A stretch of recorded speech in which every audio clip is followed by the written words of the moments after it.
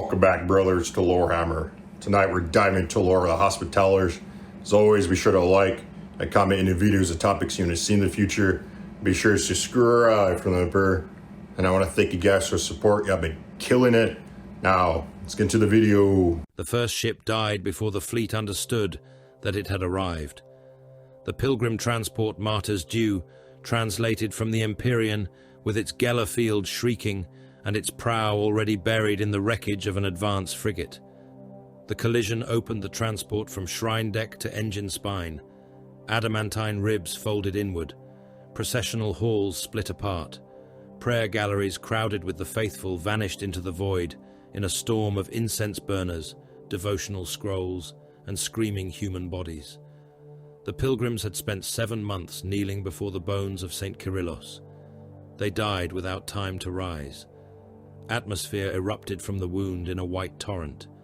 Men tumbled through the rupture, clutching children, reliquaries, and one another. Bronze statues of imperial saints followed them into darkness. A marble effigy of the god emperor rotated serenely among the dead, one stone hand raised in benediction, while frozen blood glittered across its face. Then the corrupted defense monitors opened fire. Lance light crossed the void. The beams struck the Martyr's Dew amidships. Armor, flesh, and sacred architecture ceased to exist. The transport's middle decks became an expanding sphere of incandescent vapor. Its bow and stern drifted apart, each trailing cables, molten bulkheads, and thousands of bodies that had been flash-burned to blackened silhouettes before the cold claimed them. All across the procession of St. Kyrillos, panic spread faster than orders. Pilgrimage barges collided while attempting to turn. Mass conveyors vented propellant through ruptured thrusters. A hospital ship rolled helplessly beneath the convoy, its hull shedding escape pods that were immediately pulverized by debris. Vox channels filled with prayers, collision warnings, demands for guidance, and the thin, animal screaming of men watching bulkheads buckle around them. The fleet had translated into a graveyard fashioned from its own vanguard. Advance vessels hung in pieces throughout the emergent zone. Their transponders still identified them as loyal. Their hulls had been opened with careful precision and arranged across the translation corridor as if placed upon an altar. A defense monitor passed between the drifting halves of a pilgrim ship and fired its lance again. The beam gutted the troop carrier, Faith Unbroken. Its holds contained 300,000 militia levies bound for the shrine world. For one heartbeat, their ranked bunks and chapel tiers stood exposed to space, like the rooms of a dissected hive. Then the decks collapsed together, crushing whole regiments beneath armor plate and burning machinery. The monitor turned toward its next target. The warp convulsed behind the dying convoy. First came the strike cruisers, their armored prows wreathed in empyric lightning. They emerged in disciplined formation, drive plumes igniting before translation distortion had faded from their hulls. Rapid strike vessels followed, lean and predatory, spreading outward to screen the larger ships. Last came the shield of the god emperor. The battle barge entered real space like a cathedral, torn from the foundations of a world and hurled among the stars. Golden aquilus spread across its flanks. Armored reliquaries rose from its spine in tiered processional towers. Kilometer-high scripture had been engraved into the black adamantine of its hull and filled with gold so that the vessel itself proclaimed its faith to the void.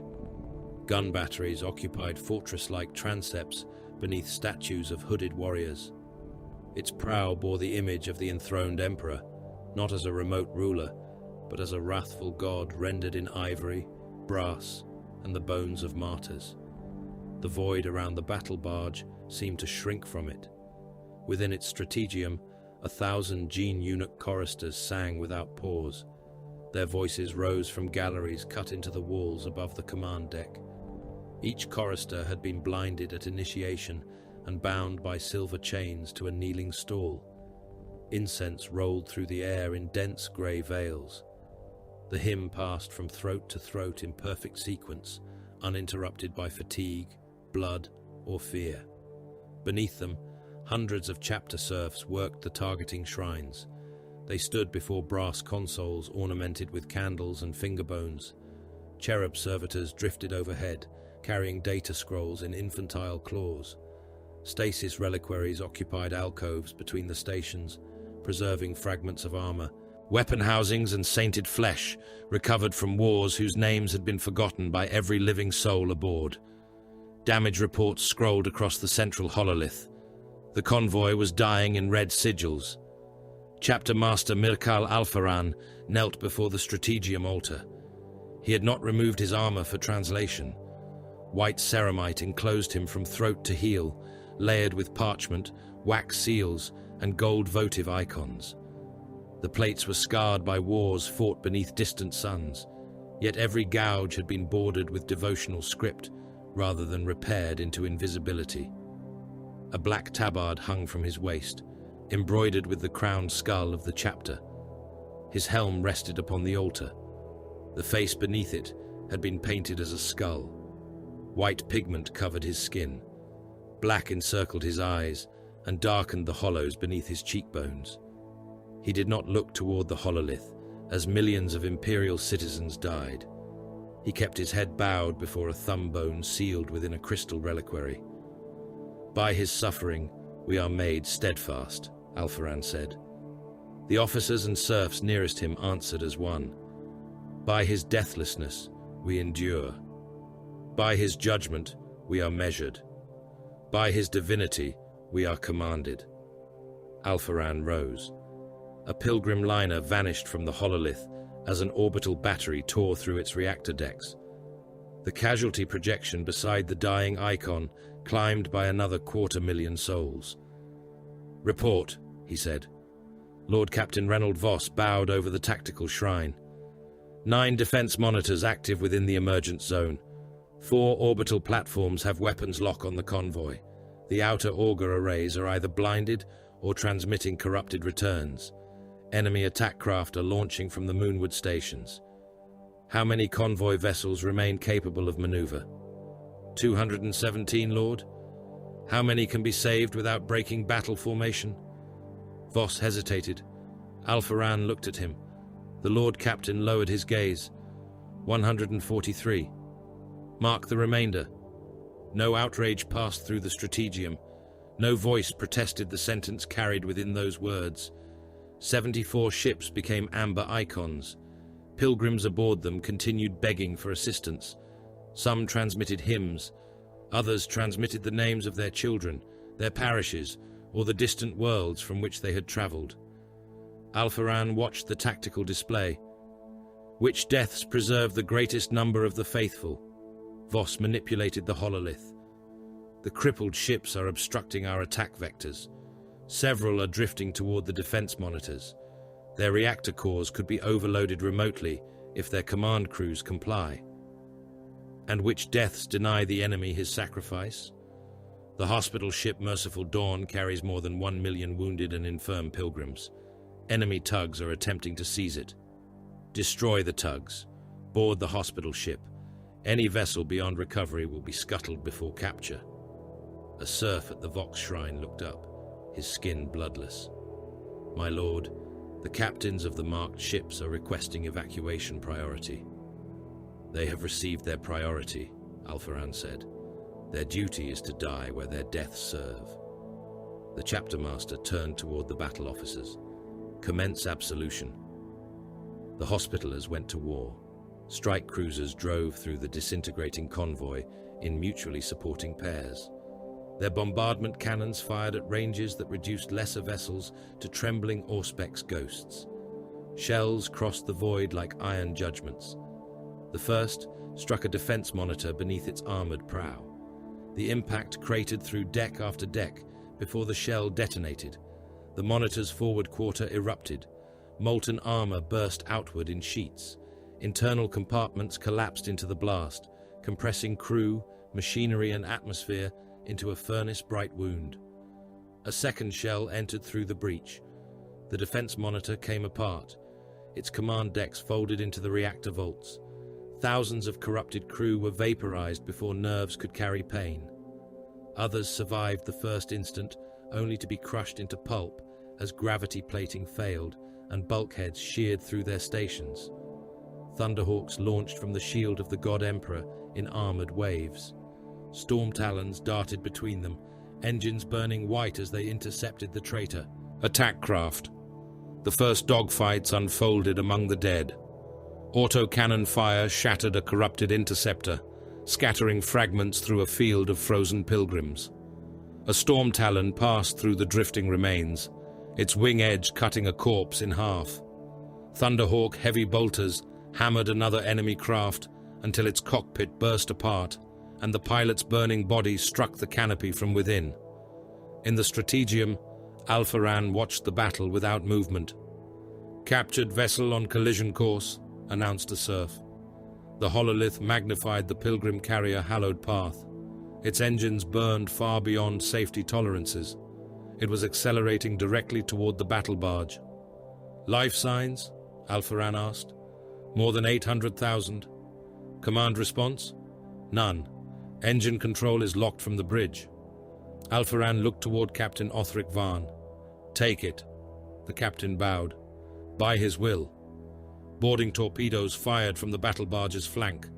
They crossed the void beneath covering fire, each carrying warriors clad in white. Defensive turrets on the hallowed path rotated toward them. Hospitaller strike craft destroyed 2 emplacements, but a third opened fire. One torpedo vanished in a blossom of flame. The others struck. Brother Sergeant Caedmon Rauch felt the impact through his teeth. The breaching torpedo's drill screamed against the pilgrim vessel's hull. Restraint harnesses locked him and his brothers upright within the cramped assault bay. Red lumen strips cast their armor in the color of fresh blood. Rauch's retinal display filled with runes. Hull penetration, pressure variance, atmosphere toxic, warp contamination suspected. "Final weapons check," he said. 9 voices answered through the squad channel. "Bolter sanctified. Blade sanctified. Spirit sealed. Faith unbroken." Rauch drew his chainsword. The weapon's teeth remained still, each one inscribed with a microscopic prayer of division. "Whom do we serve?" "The God Emperor." "What do we defend?" "His faithful." "What do we grant the faithless?" "Absolution." The inner hatch opened. Beyond it waited a corridor of iron, smoke, and human suffering. The pilgrims had been nailed to the walls. They hung in rows, stretching into the red-lit distance. Men in travel robes, shrine attendants, militia soldiers, and grey-skinned voidsmen had been impaled through palms, feet, and shoulders with lengths of black metal. Some were dead. Others writhed weakly as the pressure change pulled blood from their wounds. Their faces had been cut away. The strips of skin were pinned above them like votive offerings. Brother Tiberan stepped through the breach first. His bolter tracked left, then right. "Movement!" A pilgrim's head snapped toward them. The mouth beneath his flayed face opened too far. Black tendrils uncoiled from his throat. Tiberan fired once. The bolt entered through the open mouth and detonated behind the spine. The pilgrim's head burst across the wall in fragments of skull, teeth, and grey matter. The tendrils thrashed among the remains. Figures rose from behind overturned cargo pallets. They wore crew uniforms over bodies swollen by mutation. One had 3 arms fused at the elbow. Another dragged loops of intestine from an incision carved into his abdomen, the exposed organs marked with tiny lines of scripture. They charged without firing. Rauch's squad killed them in a measured volley. Bolt rounds punched into torsos and exploded. Rib cages opened outward. Limbs spun away, trailing blood. One corrupted crewman was struck in the pelvis and folded in half as the detonation threw his legs in opposite directions. Another lost his lower jaw, staggered forward, and was decapitated by Rauch's chainsword. The weapon roared to life. Its teeth bit through neck muscle and vertebrae. The head rolled beneath the boots of the advancing Hospitallers, while the body remained upright for 2 steps, arterial blood fountaining across devotional tiles. Rauch did not quicken his pace. "Advance by pairs. Watch the overhead conduits. The dead are not to be trusted." The squad moved through the vessel. They fought across dormitory decks, where bunks had been welded into cages. They cleared a mess hall in which hundreds of pilgrims had been butchered and arranged around a crude 8-pointed star. They passed a confessional chamber where corrupted crewmen had packed severed heads into the booths and wired their tongues to vox amplifiers. The heads whispered as the Space Marines went by. Brother Gaius burned them. At the entrance to the cargo chapel, they found the survivors. Several hundred pilgrims had barricaded themselves behind storage containers, pews, and portable shrine panels. They recoiled at the sight of the white-armored giants. Some began to weep. Others fell to their knees. A bearded priest crawled forward over blood-blackened decking. "Angels," he said. "The Emperor has sent his angels." Rauch looked down at him.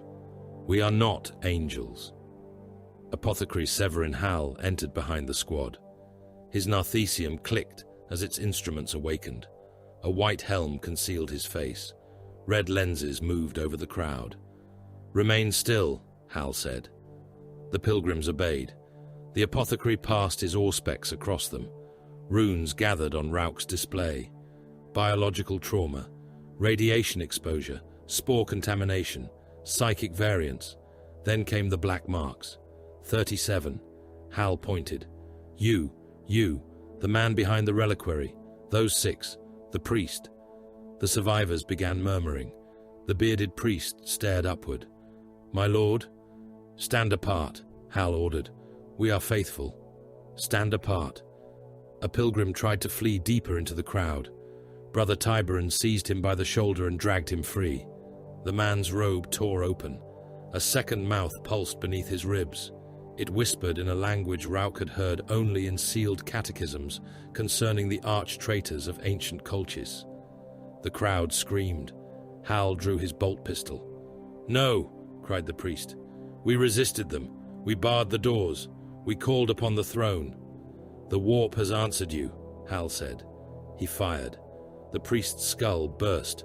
Bone and brain matter struck the kneeling pilgrims behind him. They wailed as the body collapsed. The marked were pulled from the crowd. Some fought, some prayed. One begged his brother to look away. The hospitalers forced the witnesses to remain facing forward. Hal moved along the line, granting the Emperor's peace one shot at a time. When it was done, 37 bodies lay across the chapel floor. "The remainder are to be transferred under restraint," Hal said. "Further screening aboard the battle barge." A blood-covered pilgrim stared at him. "You saved us." Hal holstered his weapon. "Yes." The bridge of the hallowed path had become a shrine to treason. Bodies were fused into the command throne. Brass wire bound their spines to the vessel's cogitator banks. The captain still lived, though the lower half of his body had been opened and spread across the deck in a fan of glistening organs. Rauch leaned close. "Who gave the order?" The captain's eyes rolled toward him. "Quarantine," he whispered. "Cardinal's seal. We obeyed." Hal severed the command cables and drew the records from the throne. Authentication sigils appeared across Rauch's visor. Cardinal Astral Odo Threx, ruler of Gethsemane 5, servant of the Imperial Creed. Beneath the quarantine orders, hidden inside devotional ciphers, lay fragments of another scripture. Colchisian, word-bearers. The captain began laughing. Rauch ended it with his blade. Hours later, the strategic hololith aboard the shield of the God Emperor displayed Gethsemane 5 in bleeding red. 19 billion inhabitants, 6 billion additional pilgrims, 12 hive basilicas in open war, refugee columns stretched across continents. More than 1 billion armed insurgents occupied manufactoria, shrine districts, and orbital defense complexes. Loyal and corrupted stations fired upon one another above the world, filling near orbit with wreckage. Lord General Horst Wallon stood before Alpharan with his cap beneath one arm. 100 million guardsmen could not retake every hive, he said. Alpharan placed his helm over his painted skull. The lenses ignited gold. "We will not retake every hive." "What, then, is your intention?" The chapter master turned toward the image of the burning world. To sever the heresy's heart. Launch klaxons sounded throughout the battle barge. Drop pods fell from its flanks in burning ranks. Far below, every cathedral bell on Gethsemane began to ring. The sound entered the fleet through vox channels that had been sealed.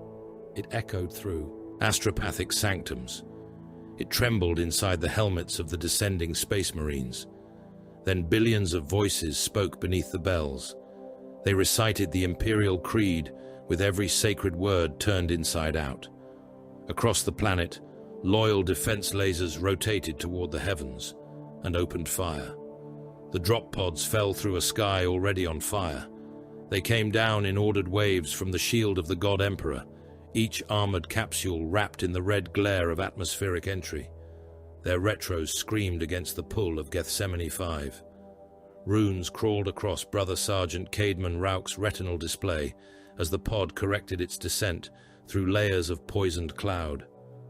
Outside, the war announced itself through impact and vibration. The pod bucked hard enough to strain the restraint locks across Rauch's breastplate. Something vast detonated above them. White ceramite fragments hammered against the hull, followed by the heavier clang of severed armor limbs. Brother Tiberon watched a transhuman hand strike the external pict feed and tumble away into cloud. The gauntlet still clenched a combat blade.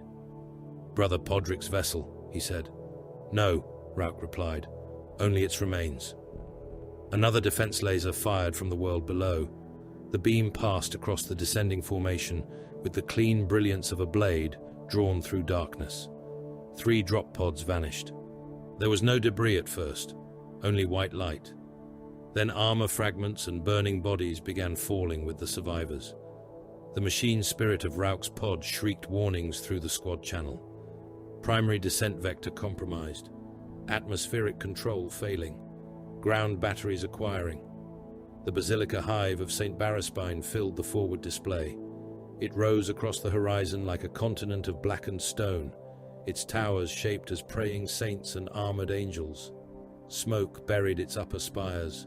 Fires burned behind 1,000,000 narrow windows. Defense batteries occupied the shoulders of colossal statues whose faces had been smashed away and replaced with 8-pointed stars. The pod's retros fired. Its course shifted violently. Rauch felt his secondary heart increase its rhythm as the vessel angled toward the hive's western gun line. "Impact in 12 heartbeats," said the pod's dead machine voice. The squad answered by locking weapons to armor. Rauch drew his chainsword. "Remember the vow." "To strike where his wrath is required," his brothers said. "To spare no strength. To suffer no obstruction. To end the enemy." The ground came up like a fist. The drop pod struck the trench network at killing speed. Earth, ferrocrete, and human bodies erupted around it. Restraints released. Explosive bolts fired. The doors crashed outward and crushed 3 apostate militiamen beneath their weight. Rauch stepped into a world of mud, smoke, and screaming. The pod had landed within the enemy's second trench. Apostate soldiers filled the communications bays and firing recesses on either side, most wearing remnants of planetary defense uniforms over devotional cords and blood-soaked pilgrim robes. Brass icons had been hammered into their foreheads. Several carried laser guns. Others wielded axes, agricultural blades, and lengths of chain decorated with teeth. They stared at the white armored giants in their midst. Rauch fired first. His bolt round struck a militiaman beneath the sternum. The shell penetrated, paused for less than a heartbeat, and detonated inside the man's chest. Ribs burst through his back. His torso opened in a spray of red flesh and pulverized organs. The squad emerged around their sergeant. Bolters thundered in disciplined sequence. Apostates came apart beneath the barrage. Heads vanished. Arms spun through the trench. One soldier was struck through the hip and hurled sideways, his pelvis reduced to blood-wet fragments. Another lost half his abdomen, but continued dragging himself forward until Brother Gaius stamped upon his skull. The Hospitallers did not charge. They spread into 2 mutually supporting wedges. Brother Tiberon and Brother Marcion advanced along the left wall. firing past one another in measured bursts. Rauk took the center with Raphael and Gaius. The remaining battle brothers secured the rear approach and prevented the enemy from closing around the pod. A servitor rose from a dugout. Its lower body was mounted upon rusted tracks. 4 human arms had been grafted around an industrial rotary cannon. Its head was blindfolded with scripture, and a brass speaking tube had been forced between its teeth.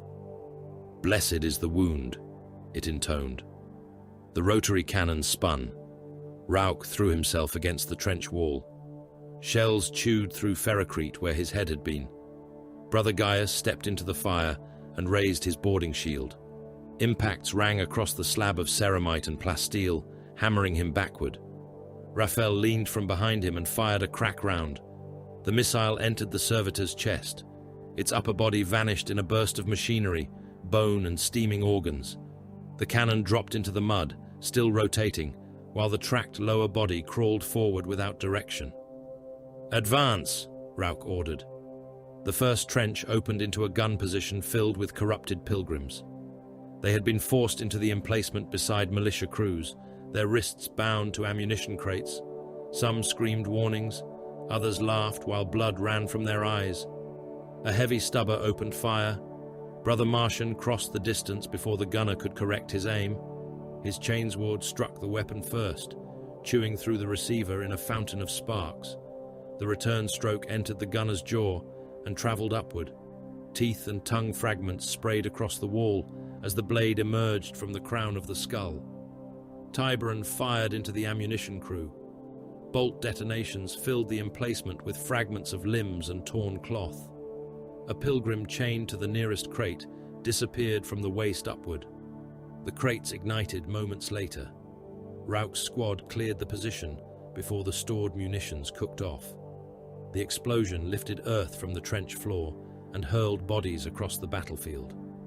Beyond the gun line, other drop pods had landed.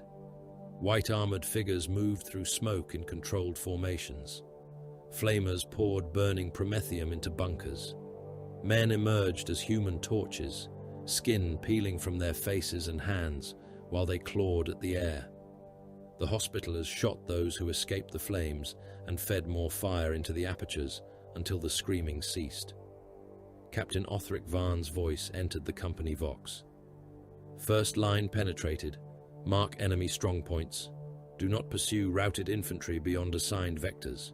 The guns are the objective." Rauk acknowledged. Ahead, an earthwork bastion housed one of the defense laser's tracking shrines. The weapon itself rose behind the trenches upon a cathedral-sized rotating mount. Its barrel moved toward the sky, following another wave of descending pods. "Devastators have no line," Raphael said. "Then we provide one." Rauk signaled the squad. The Hospitallers crossed open ground under lass fire. Red beams struck their armor. One burned a black furrow across Rauk's pauldron. Another burst against Tiberan's breastplate and sent fragments of devotional parchment curling into the air. The squad answered with bolter fire as they moved. They did not waste ammunition upon every target. Rauk marked weapon crews, officers, and the operators of the bastion's heavy guns. His brothers killed them in order. Apostate infantry rushed from a communication trench in an attempt to close with the Space Marines.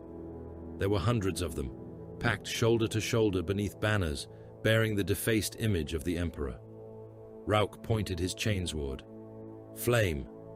Brother Gaius advanced. His flamer coughed once, then roared. Promethium washed across the first ranks.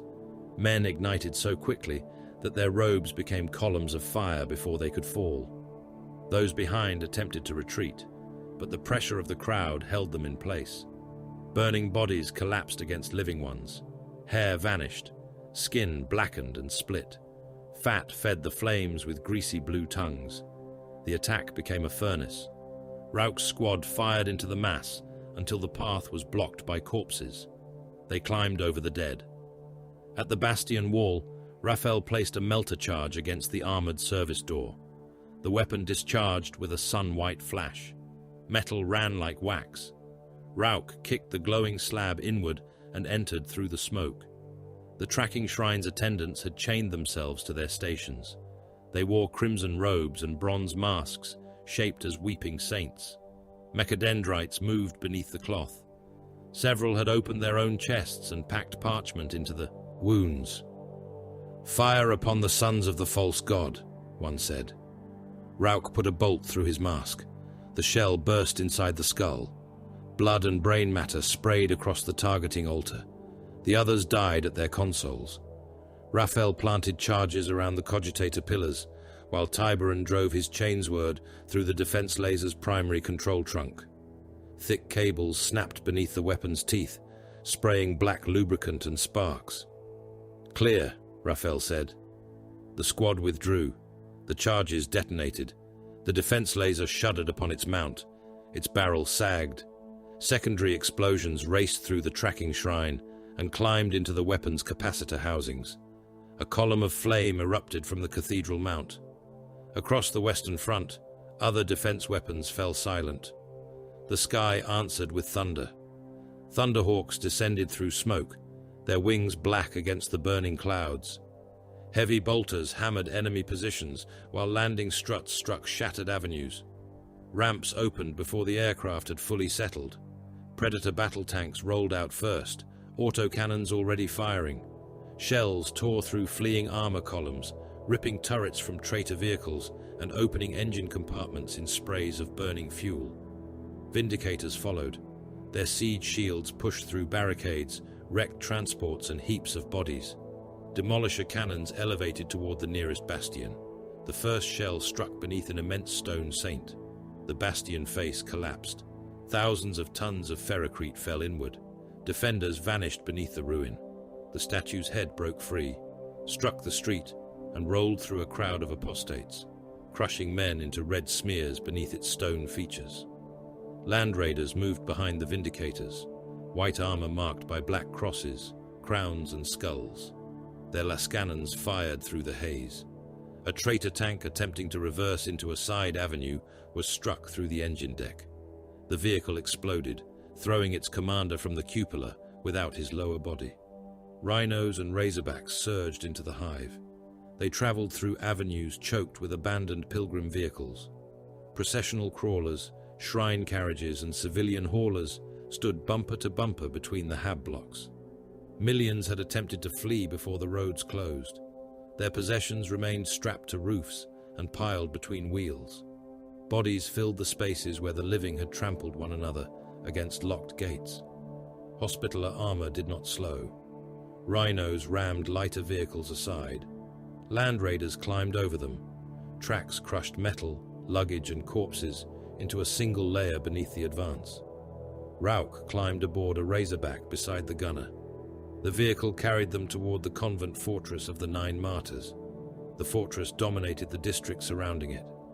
9 towers rose from its curtain walls, each bearing the armored effigy of a martyr executed during the age of apostasy. Void shield projectors occupied the inner parapets. Beneath the walls lay crypts and ossuaries capable of sheltering millions.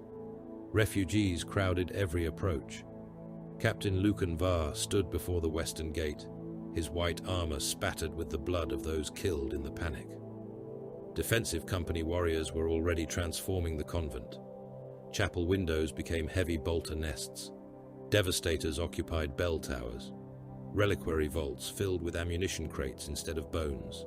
Serfs marked firing lanes across courtyards, once used for pilgrimage rites.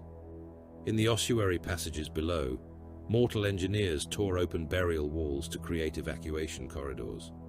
Skulls tumbled from alcoves and broke beneath their boots. Captain Var studied the refugee columns through his helm lenses. "Nearly 12 million may be contained within the inner wards," he said. "The remainder will be directed east toward the guard lines." "And when the east road closes?" asked Lord General Horst Valen. "Then the gates close first." Valen stared at him. "There are millions still outside. There are millions inside." The captain turned toward the walls. "I will preserve those I can defend. I will not lose all to save those already beyond my reach." The first wounded arrived before the perimeter had been completed. Guardsmen were carried through the gate upon doors, devotional banners and sheets of corrugated metal. Civilians crawled among them, faces burned by las blasts and limbs crushed during the flight from the hive's inner districts. Apothecary Severin Hal established his station beneath the convent's eastern transept. He worked without haste and without rest. A guardsman with a severed leg received a tourniquet, clotting agents and orders to report to an ammunition detail. A pilgrim whose lungs had been scorched by smoke received a rebreather because he possessed engineering experience. A militiaman with black veins spreading from a bite wound received a bolt through the head. Hal sorted life from death by utility, purity, and time. A young guardsman dragged another soldier toward him. The wounded man's abdomen had been opened from hip to sternum. Intestines spilled across his thighs. He held them in place with both hands, though several loops had torn and leaked filth into the wound. "Apothecary," the younger soldier gasped. "He is my brother. You must save him." Hal knelt. His instruments examined the ruined man. The guardsman looked up through eyes already clouding. "Can you stand?" Hal asked. The wounded soldier tried. Nothing below his chest obeyed him. Hal closed the man's eyes. The brother seized the apothecary's wrist. "Please." Hal placed his bolt pistol against the dying soldier's temple and fired. The skull burst against the paving stones. The surviving brother stared at the body. "His pain has ended," Hal said. "Yours remains useful." He pointed toward the inner wall. "Take ammunition to the western tower." The guardsman rose. He did not look back. At dusk, Chaplain Malak Vare climbed onto the wreck of a Lehman Russ battle tank. The tank had burned outside the convent gate. Its crew remained inside, cooked black against their stations. The chaplain's skull helm reflected the fires consuming the surrounding hab blocks. A crozius rested in one hand. Thousands of guardsmen and planetary troops stood before him. Some shook from exhaustion. Others stared toward the outer roads, where the enemy's banners were multiplying in the smoke. Vare activated his helm vox. The first word struck the courtyard like a gunshot. "Kneel." The soldiers obeyed. "You believe survival marks you as favored," the chaplain said. "It does not. Cowards survive. Apostates survive. Vermin survive beneath the ruins of holier things." He pointed his crozius toward the burning hive. "The God Emperor has not promised you life. He has not promised you victory. He has not promised that your flesh will remain whole, or that your death will be witnessed." No one moved. "He commands obedience." Vare's voice rose above the artillery. "Those who flee will be killed. Those who fight may die. Both outcomes belong to him. Your blood is his currency. Your bodies are his fortifications. Your final breath is his property." The soldiers bowed their heads. "Stand," Vare commanded. "Return to your posts and spend yourselves well." They rose with fear still upon their faces. But they rose. A convoy bearing the seals of Cardinal Astral Odo Threx reached the fortress before nightfall. The Cardinal's envoys entered beneath golden banners and demanded audience with Chapter Master Alpharan. Their spokesman, an obese prelate carried within a suspensor throne, delivered Threx's order in a voice trained for cathedral acoustics. "The planetary palace is the seat of lawful authority and the sanctified heart of Gethsemane. His Eminence commands the Adeptus Astartes to abandon this district and secure his person." Alpharan stood before him in the convent's stripped reliquary hall. "The palace controls no defense batteries," the chapter master said. "It is the throne of the world. It is a building. The cardinal is the appointed voice of the ecclesiarchy. He may continue speaking from wherever we confine him." The prelate's face tightened. "You refuse a direct command?" "I reject an act of cowardice dressed as doctrine." Alpharan looked toward the hospitallers guarding the doors. "Detain them. Screen their blood. Open their baggage. If any cipher bears the marks of Colchis, remove their tongues before interrogation." The envoys began protesting. The doors closed upon them. Warning horns sounded from the western wall. The traitor armor emerged from the smoke beneath devotional banners. Hundreds of Lehman Russ battle tanks advanced in uneven ranks beside ancient Malcadors and pilgrim crawlers clad in scavenged armor. Engines howled. Tracks ground bodies into the road. Human captives had been chained across the tank's glacis plates. Pilgrims, guardsmen, and shrine servants hung against the armor. Some were alive. Others were corpses tied upright to make the living hesitate. Children were absent, but old men and crippled soldiers had been fixed around the gun mantlets in layers of flesh. Lord General Vallon raised his magnoculars. "Throne preserve us." Captain Var did not turn. Devastators. Acquire. Lascanan teams occupied the convent towers.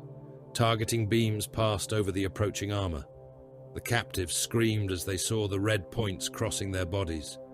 Vallon looked toward Var. They are Imperial citizens. They are armor plating. The Lascanans fired. White beams crossed the battlefield. Captives vanished into vapor. Tank armor turned molten beneath them. One Lehman Russ exploded from within, its turret rising upon a pillar of flame. Chained bodies were torn apart by the blast and cast across the road in burning pieces. Other tanks continued forward. Those whose captives survived the first salvo crushed them as damaged vehicles slewed sideways. Tracks dragged limbs beneath the hulls. Secondary explosions filled the road with fragments of bone, armor, and machinery. The Hospitallers kept firing. Then the cathedral behind the traitor line collapsed outward. Something dragged itself from the ruin. The defiler walked upon 6 bladed limbs. Confessionals had been fused into its armor. Human skeletons hung across its hull, their arms wired into attitudes of prayer. A demon's face pushed outward from the central plating, stretching iron like skin. Its battle cannon fired. The shell struck the outer wall. Ferrocrete. Men and guns vanished in the explosion. The breach was wide enough for a dreadnought to pass through. Traitor infantry surged toward it. Rauch's squad met the demon engine beyond the shattered gate. "Eyes!" he ordered. Crack missiles struck the defiler's sensory cluster. The first exploded against a horned plate. The second entered beneath it. The demon engine shrieked as metal lenses burst. Its claws lashed blindly through the defenders. One seized a guardsman and crushed him. Blood poured between the talons. Another swept through an infantry squad, reducing men to torn uniforms, broken limbs, and wet red fragments. Raphael ran beneath the machine. A bladed limb struck the ground behind him. Stone erupted. He leapt onto the defiler's rear housing, drove his combat knife between 2 armor plates, and used it as a handhold. The demon face twisted toward him. "You are too late," it said. Raphael armed the melter charge. "No," he replied. "I am precisely where he requires me." He drove the charge beneath the reactor housing and threw himself clear. The detonation consumed the defiler's spine. White fire burst through its hull. Confessionals split apart. Skeletons and armor plates rained across the courtyard. The demon engine collapsed, its claws carving trenches through the earth as it died. Rauch approached the wreck. The iron face still moved. Its mouth opened. A chant emerged from the ruptured hull. The same words rolled from the hive around them. Millions of voices spoke through streets, chapels, sewers, and burning towers. Auspex stations across the fortress began transmitting frantic reports. Every chanting population center appeared upon the planetary display. One by one, the concentrations joined into lines. The lines became angles. The angles became a shape spanning continents. Captain Var stared at the immense geometry burning across the hololith. Rauch listened to the dead machine chant. Gethsemane was not merely occupied, it had been inscribed. The captured gun citadel had been built to resemble a kneeling saint. Its armored knees sank into the foundations of St. Barraspine's western escarpment. Bastion towers rose from its shoulders. The defense laser that had once crowned its bowed head now lay broken across the upper battlements. Its barrels split open, and still glowing from within. Smoke poured through the saint's shattered mouth. The enemy dead had been cleared from the command nave, but their blood remained. It shone between the flagstones beneath 100 lumen globes. Servitors moved through it, on iron tracks, dragging severed limbs toward furnace chutes and spreading sanctified ash over the places where mutation had been discovered. The walls had been stripped of corrupted banners. In their place hung the black and white heraldry of the Hospitallers. Chapter Master Mirkal Alfaran stood at the center of the nave before a circular hololith. Gethsemane 5 revolved above it, veined in red. The lines connecting the chanting population centers crossed continents and oceans. Some followed ancient pilgrimage routes, others passed through manufactoria, hive basilicas, orbital lift stations, and mass graves created during the first days of rebellion. Together, they formed a geometry that no imperial cartographer had drawn. Around Alfaran stood the commanders who would decide which parts of the world lived long enough to be saved. Captain Othric Varn of the Offensive Company waited in scarred white plate, one gauntlet resting upon the pommel of his power sword. Captain Lucan Var stood opposite him, his armor marked with fresh chips from the defense of the 9 martyrs. Lord General Horst Vallon had brought the senior commanders of the surviving Astra Militarum formations. Their uniforms were stained with dust and dried blood. Some had not slept since the procession of St. Kyrillos entered the system. 3 Navy officers attended through hololithic projection from vessels holding orbit. Their images flickered whenever the corrupted stations interfered with the fleet's transmissions. Cardinal Threx's surviving representatives stood beneath guard at the edge of the chamber. Their vestments had been searched, their blood examined, and their devotional seals broken open for hidden ciphers. None had yet been condemned. The final commander did not stand. Venerable Augustine Galvaro occupied the eastern archway. His dreadnought sarcophagus was housed within a pearl-white chassis taller than any warrior present. Gold bells hung from chains beneath his armored shoulders. Scripture covered his plating from foot to vision slit. His right arm ended in a power fist large enough to close around a battle tank's turret ring. An assault cannon rested where his left hand had once been. Each movement of the ancient warrior caused the bells to sound. They were not gentle bells. Their voices rolled through the chamber like iron striking stone. Alfaran raised one hand. The command nave became silent. 3 vows divide our labor, he said. No vow is lesser. No duty stands alone. He turned toward Captain Varn. The first is the vow to strike. Varn bowed his head. To carry the God Emperor's wrath into the strongholds of the unclean, Alfaran continued. To break the enemy's sword before it reaches the faithful. To take no pride in violence, yet withhold no measure of it when duty demands. The chapter master faced Captain Var. The second is the vow to shield. Var touched one fist to his breastplate. To stand between the faithful and the darkness.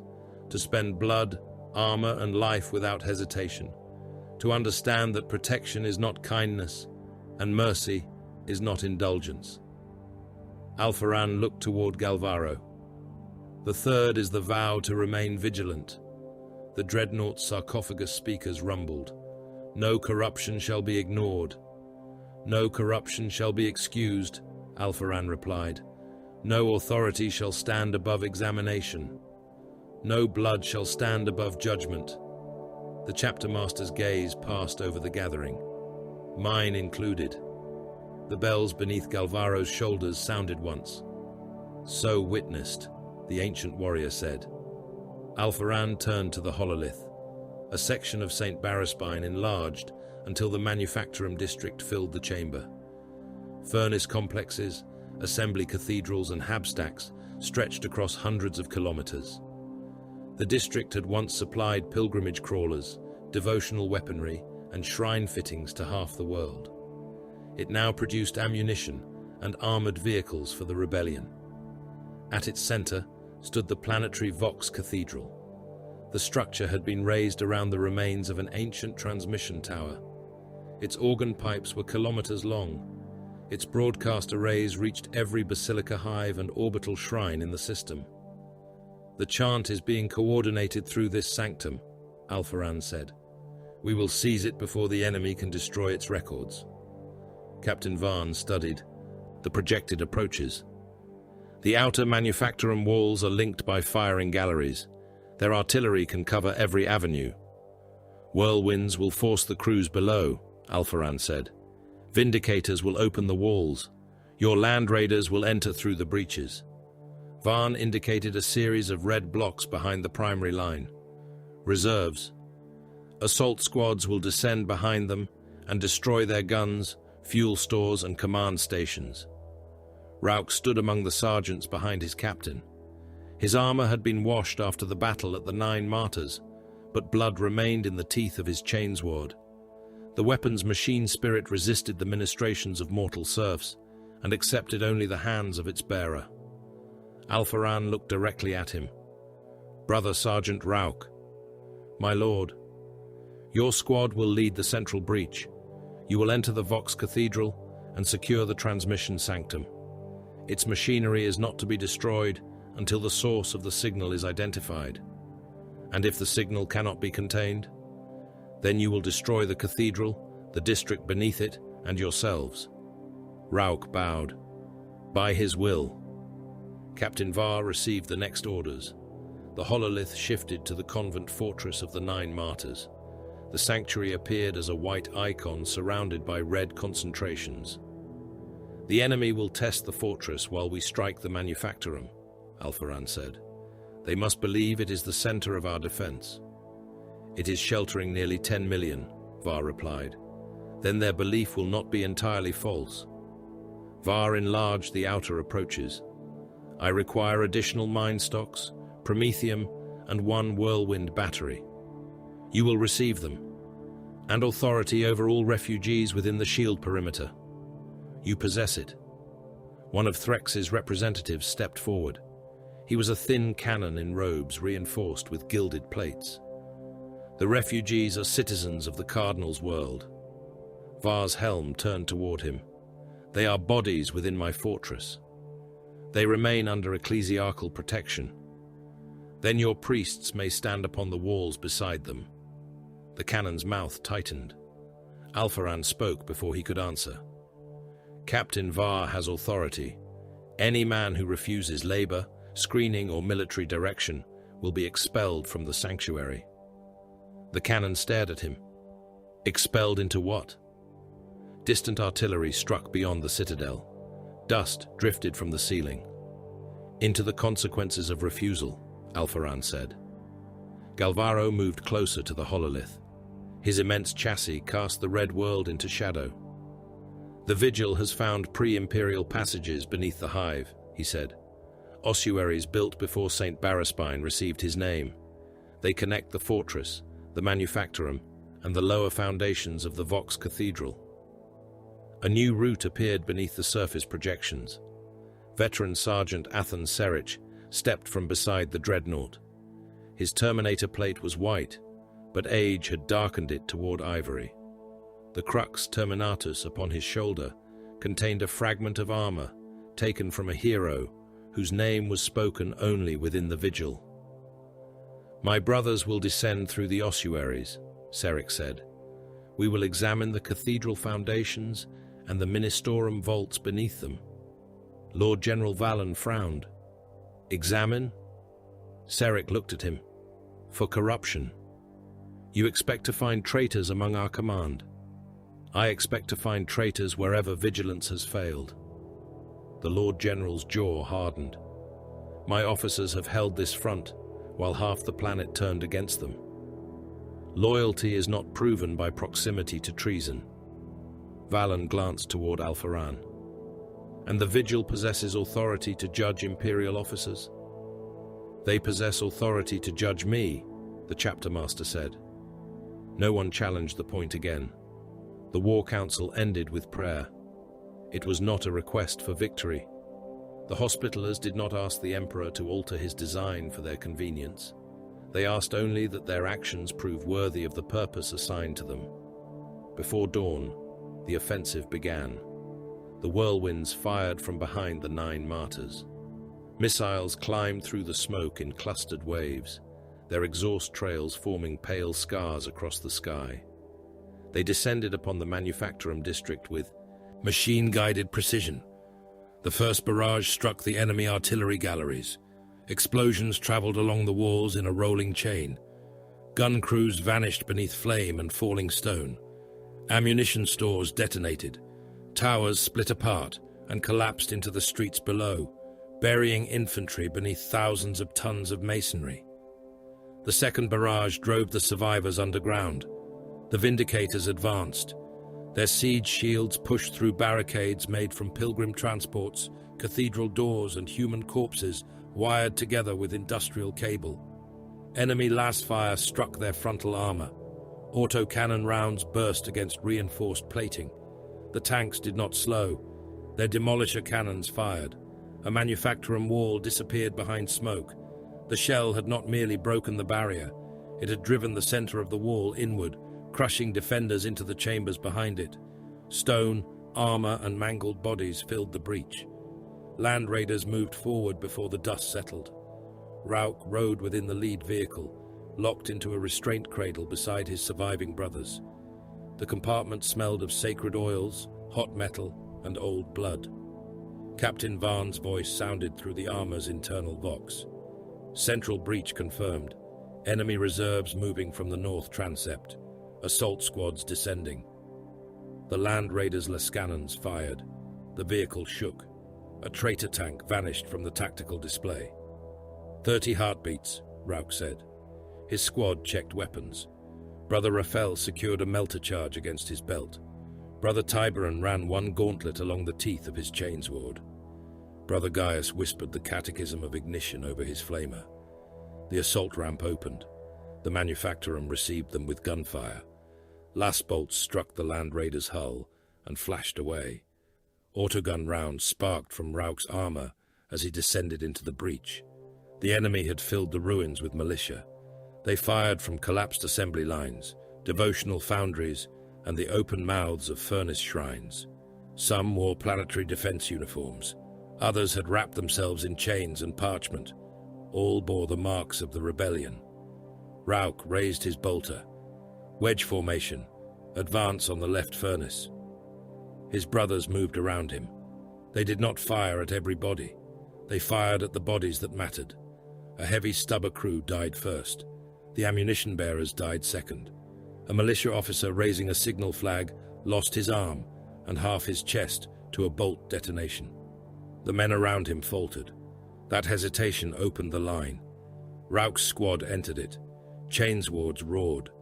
Tiberon cut through an apostate's shoulder, splitting clavicle, ribs and heart, before the blade emerged beneath the opposite arm.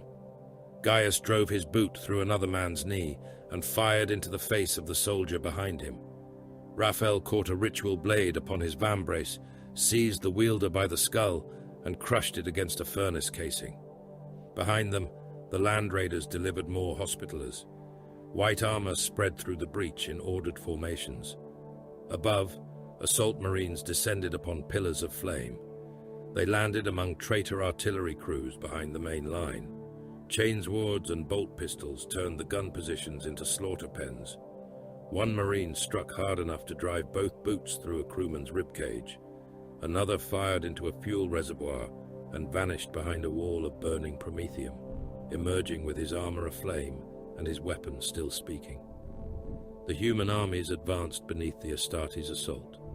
Lord General Vallon committed 60 million guardsmen and loyal planetary troops across the Western Front.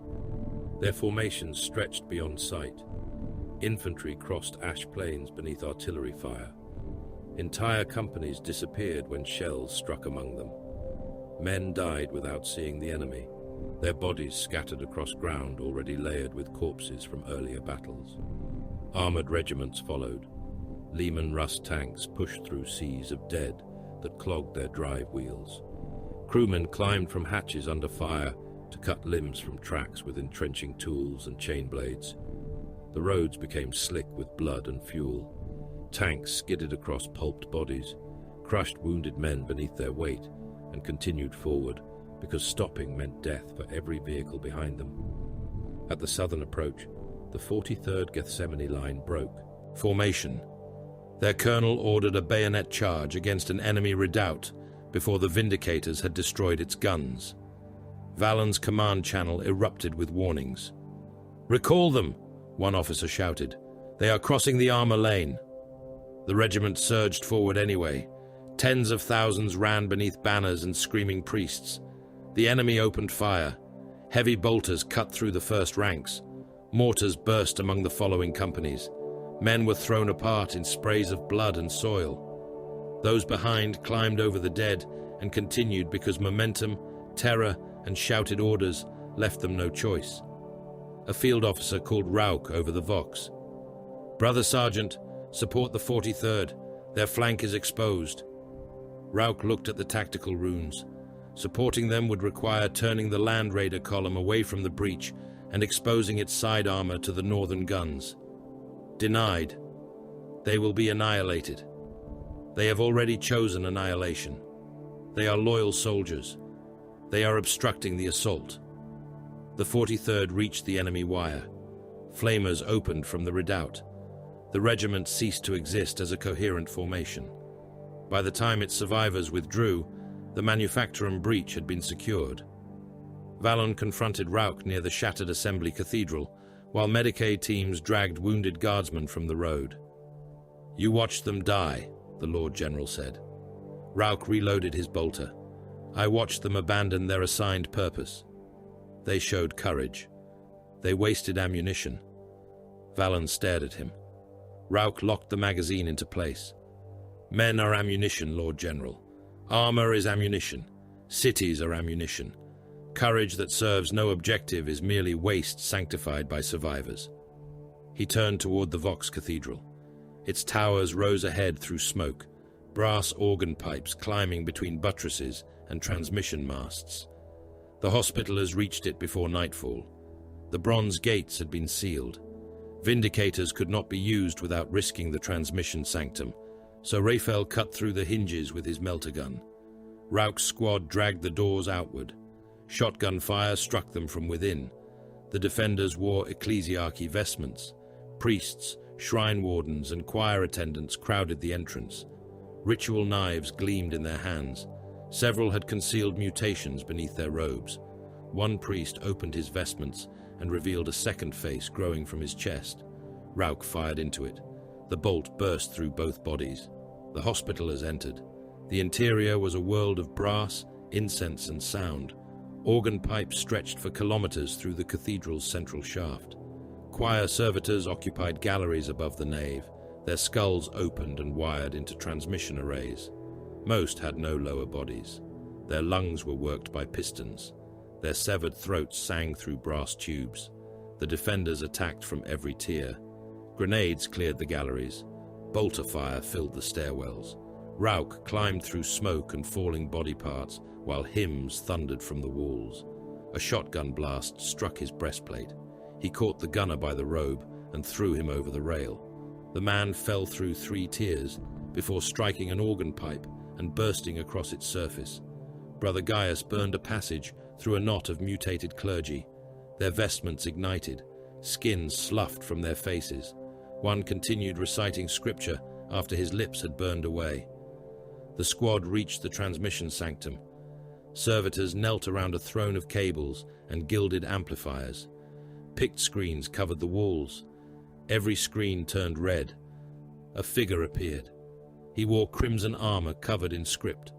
Horns rose from his helm. Pages of parchment hung from his plate, some written in ink, others in dried blood. His crozius was shaped like a burning black star. When he spoke, every organ pipe repeated his voice. "Children," he said. Rauch aimed his bolter at the nearest screen. The figure laughed. "Children who discovered the truth of divinity by accident, yet chose the wrong god." Captain Varn entered the sanctum behind Rauch. "Identify yourself." I am Namaroth Vale, dark apostle of the word-bearers. I have preached beneath dying suns. I have heard worlds scream hymns as their souls were opened. His red helm tilted. You worship a god who does not answer. The screens flickered. I will show you gods that do. A new channel opened aboard the shield of the god emperor. Alpharan's voice entered the sanctum.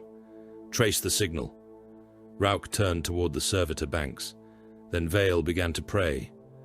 By his suffering, we are made steadfast. By his deathlessness, we endure. By his judgment, we are measured. By his divinity, we are commanded. The words silenced every hospitaller in the chamber. It was Alpharan's private pre-battle prayer. He had spoken it within the sealed strategium before the first boarding action. Vale leaned closer to the pict feed. You are not alone in your cathedral, Mirkal Alpharan. The transmission died. Across the sanctum, the screens became black mirrors. The enemy had heard the chapter master's prayer. That meant the word-bearers possessed an ear aboard the shield of the god emperor, or a tongue among the hospitallers. Night did not fall upon St. Baraspine. It was murdered. The geothermal arteries beneath the basilica hive failed within the same heartbeat. Heat exchangers ruptured. Turbine chapels screamed themselves apart. Coolant flooded shrine districts in clouds of poisonous vapor, and power vanished from tower after tower until the immense city became a black continent beneath a lightless sky. The final lumen died inside the convent fortress of the 9 Martyrs. For several breaths, Captain Lucan Var saw nothing. Then emergency strips awakened along the walls, staining the fortress corridors in arterial red. Muzzle flashes began beyond the curtain walls. Their brief white glare revealed parapets crowded with hospitallers, guardsmen, planetary troops, and ammunition servitors. A gunner shouted through the darkness. Movement across the western plain. Var raised his helm toward the battlements. The void shield remained active, but the fortress augurs had become blind. Static flooded the tactical channels. Targeting runes fragmented across his retinal display and vanished. The first cultist voices rose beyond the walls. They did not roar. They sang. Millions of throats repeated the same corrupted verse, the words spreading through the hive in waves. The chant grew louder until it shook dust from the battlements and stirred the bones stacked inside the ossuary vaults. Captain Var activated the fortress vox. Hold fire! Heavy bolters remained silent. The guardsmen on the walls shifted behind their barricades. Some whispered prayers. Others stared into the dark with their weapons trembling against their shoulders. The song came closer. Var waited. A flare shell climbed from the eastern tower. Its light opened above the plain. The ground below the fortress moved. Cultists covered it from wall to horizon. They advanced shoulder to shoulder through abandoned pilgrim camps and fields of corpses. Some carried laser guns. Others bore knives, chains, axes, and burning censers. Many wore the flayed faces of the dead across their own. Shrine banners rose over the mass, each painted with a golden figure whose face had been replaced by a black sun. Captain Var lowered his gauntlet. Fire! The 9 Martyrs answered. Heavy bolters struck first. Mass reactive shells entered the packed ranks and burst. Bodies opened from within. Heads vanished in red mist. Torsos split apart and threw limbs across those marching behind. The first lines collapsed, yet the pressure of the millions following drove them forward over their own dead. Autocannons joined the barrage. Shells cut trenches through the multitude. Men disappeared in rows, transformed into fragments of bone, shredded cloth and meat. Those behind climbed through the ruin, boots sinking into opened bodies. Plasma cannons fired from the upper towers. Blue suns crossed the darkness and struck the densest concentrations. Flesh became vapor. Stone melted. Survivors staggered from the blasts without faces or hands, their skin hanging in strips from exposed muscle. The cannons fired again. Warning icons flashed across the operators' visors. One weapon overheated after its fourth sustained discharge. The cannon's containment coils ruptured. The hospitaller carrying it vanished in a sphere of blue flame that burned through the tower floor and killed 6 mortal gunners below. No one ceased firing. Ammunition servitors crawled through blood behind the parapets. Belt feeds dragged from their iron hands. Several had been struck by return fire and continued working with limbs missing, their programming indifferent to exposed organs or broken tracks. A severed hand clung to one belt as it passed into a heavy bolter's feed mechanism. The weapon swallowed it. Bones shattered inside the receiver. The gunner tore the obstruction free, cast the mangled remains aside, and resumed firing. The cultists reached the minefields. Explosions rippled across the approach roads. Bodies were hurled into the air. Some struck the void shield and ignited against its surface before falling back in smoking pieces. The dead began to form bridges over the mines. Captain Var watched the enemy climb them. "They are not assaulting blindly," he said. A serf officer beside him looked toward the packed fields. "They appear blind enough, Lord. They are spending lives to bury our defenses." The captain turned toward the inner courtyard. "Prepare the second line. Detonate the outer pilgrim camps when the enemy reaches the markers." The serf hesitated. "There may still be survivors among the shelters." "There are no survivors beyond the wall." The first detonation came before the serf could answer. It did not rise from the battlefield. It came from within the fortress. A command bunker beneath the northern tower disappeared in a flash of purple fire. The explosion lifted the roof and threw slabs of ferrocrete across the courtyard. Men died beneath the debris. Those nearest the blast collapsed screaming as black fire crawled through their veins. Teleportation energy shrieked through the convent. Shapes appeared among the ammunition stores. Crimson armor, horned helms. The word-bearers fired before their forms fully solidified. Bolter rounds tore through serfs and wounded guardsmen. An ammunition servitor exploded, scattering brass casings and entrails across the vault. A red-armored legionary seized a mortal officer by the throat and drove him face first into the stone until the skull broke apart. More teleport beacons awakened throughout the fortress. They had been hidden inside devotional statues, medical shrines and burial caskets months before the Hospitallers arrived. Possessed materialized beside them. Their armor had grown around the things living within. Horns split through shoulder plates. Talons emerged where gauntlets had been. One legionary's helm had opened into a vertical mouth lined with human teeth. Another moved upon backward-jointed limbs, its ribcage exposed and filled with grasping hands. Captain Var turned from the wall. "Inner companies, contain the breach. No reserve leaves the parapets." The western gate exploded inward. Warp fire poured through the opening. Guardsmen vanished in the blast. The first possessed entered through the smoke, carrying a dead soldier by one leg. It swung the body like a weapon. The corpse struck 3 guardsmen and broke them against the gatehouse wall. Bones burst through uniforms. One man remained alive with his chest crushed inward, drowning in his own blood, while the possessed seized another body and continued. A platoon opened fire. Lass bolts scorched the creature's armor and burned holes through its warped flesh. It laughed through mouths opening across its breastplate. Then the Hospitaller Terminators met it. Veteran Brother Anselm struck first. His thunderhammer landed against the demon's shoulder.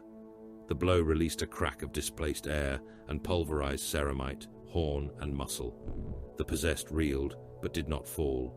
One claw hammered against Anselm's storm shield. The shield split down the center. The second blow crushed the veteran's arm beneath it. Anselm drove forward anyway. His hammer struck the creature's chest. The impact burst the mouths across its armor and threw gobbets of smoking flesh over the gatehouse. 2 more possessed entered. Storm bolters fired at point-blank range. Shells vanished into mutated bodies and detonated beneath the skin. Black blood flooded the breach. Talons ripped across Terminator plate, peeling armor open in shrieking strips. One veteran lost his helm and half his face. He continued firing until a claw entered his mouth and tore his head from his shoulders. Brother Anselm caught the first possessed by the horn and drove his thunder hammer beneath its jaw. The creature's skull exploded. Warp flame poured from the neck stump. The survivors dragged the dead Terminator into the breach. They stacked fallen brothers, shattered masonry, and enemy corpses across the opening, forming a barricade from armor and flesh. Captain Var watched the wall grow. Seal it with promethium. Flame washed across the dead. The corpses burned together. Across the open vox, another voice entered the fortress.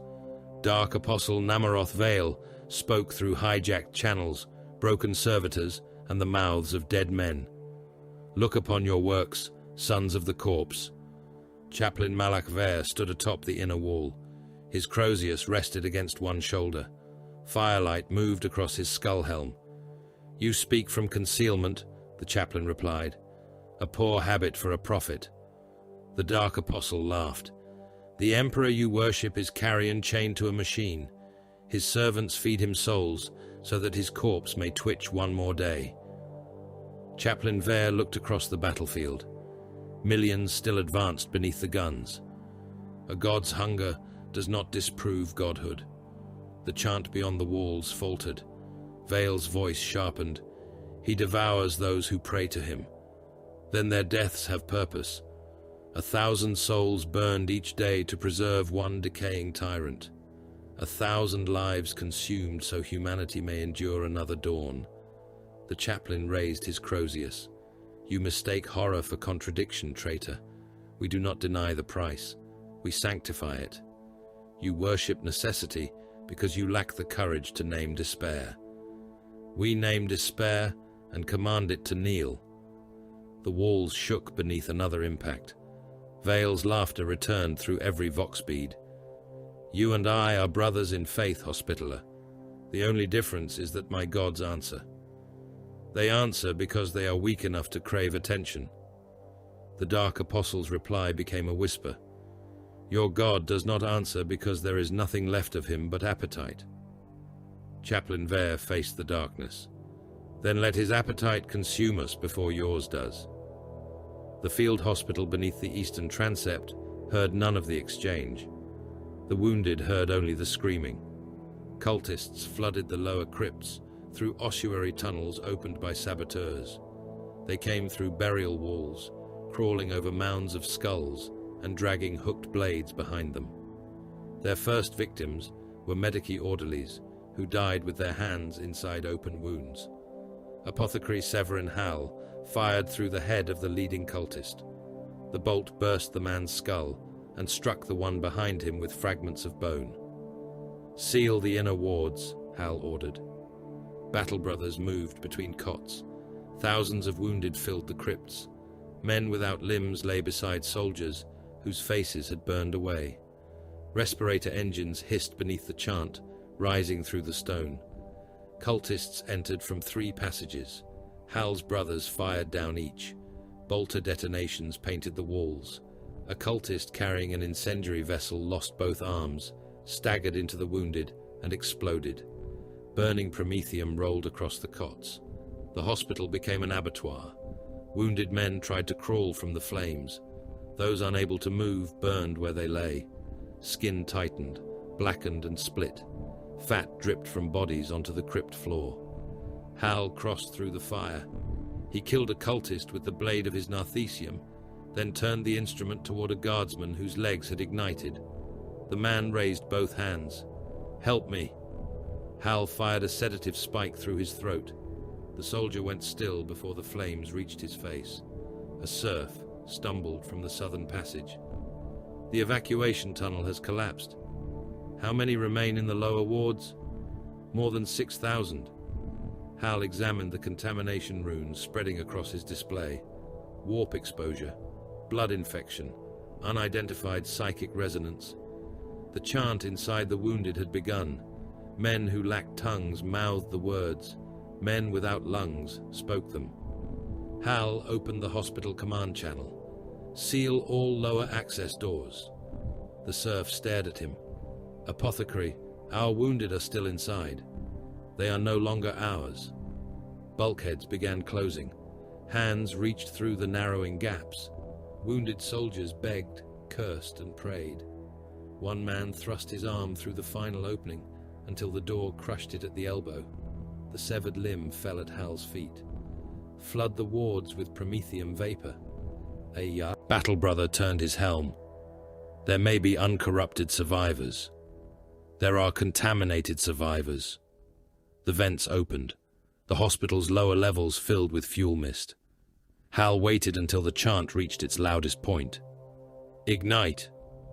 The crypts became a furnace. Fire moved through them faster than sound. Thousands died inside a single roaring breath. The blast doors glowed red. Fat, blood, and liquefied tissue ran beneath them in steaming streams. Hal watched until the chanting stopped. Only then did he return to the living. Outside the fortress, Brother Sergeant Rauch's armored column entered the enemy horde. Land raiders drove abreast through crowds too dense to scatter. Adamantine tracks climbed over bodies, crushing men into the road. The tanks' hulls became coated in blood, cloth, and strips of skin. Limbs lodged beneath track guards and were ground apart with each revolution. Hurricane bolters fired without pause. Their barrels glowed red. Cultists disappeared in waves. Bodies burst under the concentrated fire. Those nearest the land raiders were torn into pieces so small that they became a red haze against the armor. Rauch stood within the lead assault compartment. The tactical display marked traitor armor moving behind the infantry. A baneblade emerged through the smoke. Pilgrims had been nailed across its frontal armor. Brass chains hung from its turret. Its main cannon fired and erased the land raider to Rauch's left. The vehicle vanished inside flame. When the smoke cleared, its hull had been split open. White armor and human remains burned together in the crater. "Close distance," Rauch ordered. The driver obeyed. The land raider accelerated toward the baneblade. Enemy shells struck its armor. Warning runes multiplied. Rauch ignored them. Assault ramp. The ramp opened while the tank still moved. Rauch launched himself into the dark. He struck the Baneblade's side armor, caught a maintenance rail, and drove his chainsword into the upper hull. The teeth bit into steel. Sparks poured across his gauntlets. Raphael landed beside him. Together they climbed toward the command cupola. A traitor officer opened the hatch with a pistol in hand. Rauch seized him by the face and pulled. The officer came free without one arm, torn away against the hatch rim. Rauch threw him beneath the Baneblade's secondary turret. Raphael placed a melter charge against the cupola. The armor liquefied. Rauch entered through the smoke. The command compartment was already ankle-deep in blood and organ slurry. The tank crew had butchered captives inside their own stations, feeding remains into brass channels connected to the engine. The commander drew a chain blade. Rauch shot him through the chest. The detonation emptied the man's torso across the rear bulkhead. A loader attacked with a wrench. Rauch caught the weapon, broke the man's arm, and drove him face first into the rotating turret mechanism. Gears seized his skull and pulled the rest of him inward. Bone cracked. Blood sprayed across the targeting lenses. Raphael fired through the engine control crew. The Baneblade slowed. Rauch cut the driver from his throne and placed a melter charge against the ammunition elevator. They escaped through the cupola. The Baneblade exploded beneath them. Fire lifted the turret into the sky. A new sound rolled across the battlefield. Bells. Venerable Galvaro entered the war. His pearl-white dreadnought chassis strode through burning cultists. Golden bells sounded beneath his shoulders. Devotional script gleamed beneath layers of blood. His assault cannon fired. Possessed legionaries became fragments. Shells tore through warp-swollen bodies and reduced them to clouds of black blood, splintered horn, and steaming meat. A defiler lunged from the darkness. Galvaro caught its battle cannon in his power fist and crushed the barrel. The demon engine slashed at his sarcophagus. Claws scored his armor. The dreadnought seized the defiler by its armored throat. By his hand, the faithful are shielded. His fist tightened. Metal shrieked. The defiler's head tore free in a fountain of oil, blood, and warp flame. By his wrath, the unclean are ended. Galvaro cast the head into the enemy ranks and advanced over the collapsing machine. Near dawn, the Hospitallers understood the assault. The word-bearers had not tried to seize the fortress. They had taken relics from the chapels. They had removed blood samples from the wounded. They had dragged bodies into the catacombs, selecting pilgrims according to origin world, shrine route, and devotional rite. Every corpse carried a history of worship. Every vial of blood carried memory, lineage, and faith. The enemy was harvesting belief. 3 refugee districts began chanting before sunrise. Auspex scans showed ritual infection spreading through their population. Nearly 4 million people occupied the isolated camps. Some still called for help. Many displayed no mutation. Alpharan studied the reports aboard the gun citadel. "Can they reach the fortress?" Captain Var answered through the Vox. "Within 4 hours." "Can they be screened before arrival?" "No." Alpharan turned toward the artillery shrine. "Designate all 3 districts for sanctified purge." Lord General Vallon's face went pale. "There are loyal citizens inside them. There are possible vessels inside them. We can send troops. You can send more vessels." Alpharan gave the order. Whirlwinds fired first. Incendiary missiles descended across the refugee districts. Fire spread between shelters, pilgrim crawlers and crowded hab blocks. Aircraft followed, releasing promethium and fuel-air warheads into the avenues. Nearly 4 million people died beneath Imperial weapons. Some prayed to the Emperor until flame consumed their lungs. Others tried to flee and were cut down by defensive fire before they reached the sanctuary roads. The Hospitallers watched the districts burn. No bells rang for them. At midday, the vigil emerged from the catacombs. Veteran Sergeant Athan Serik came first, his Terminator armor blackened by soot. 2 veterans followed, carrying a mutilated corpse between them. The dead man had been Cardinal Threx's personal confessor. His skin had been removed. Orders had been carved into the exposed bones of his chest, each letter cut with ritual precision. The cipher belonged to the Cardinal's private chancery. Alpharan read the final line: "Prepare the Basilica of the Ascendant Throne. The true saint is ready to be born." Cardinal Astral Odo Threx was confined before the ashes of the refugee districts had cooled. Hospitaller honor guards entered the planetary palace beneath banners of truce and found its halls crowded with shrine guards, confessors, and ministorum clerks clutching weapons they lacked the courage to raise. No blood was shed. The palace gates were sealed, the cardinal's astropaths were placed under armed watch, and every outgoing Vox channel was severed from the planetary network. Threx was permitted his vestments, his chapel, and 3 attendants whose blood had passed apothecary screening. He was permitted nothing else. Lord General Vallon stood beside Chapter Master Mirkal Alpharan within the captured gun citadel and watched the palace become a white rune surrounded by Hospitaller sigils. "You possess his cipher," Vallon said. "His confessor carried orders carved into his bones. How much more proof do you require?" "Proof that condemns the Cardinal," Alpharan replied. "Not merely proof that his authority has been used. The distinction may kill millions. An accusation without certainty may kill more." The chapter master faced the strategic hololith. Ministorum armies still held loyal districts across Gethsemane 5. Shrine guards defended processional roads.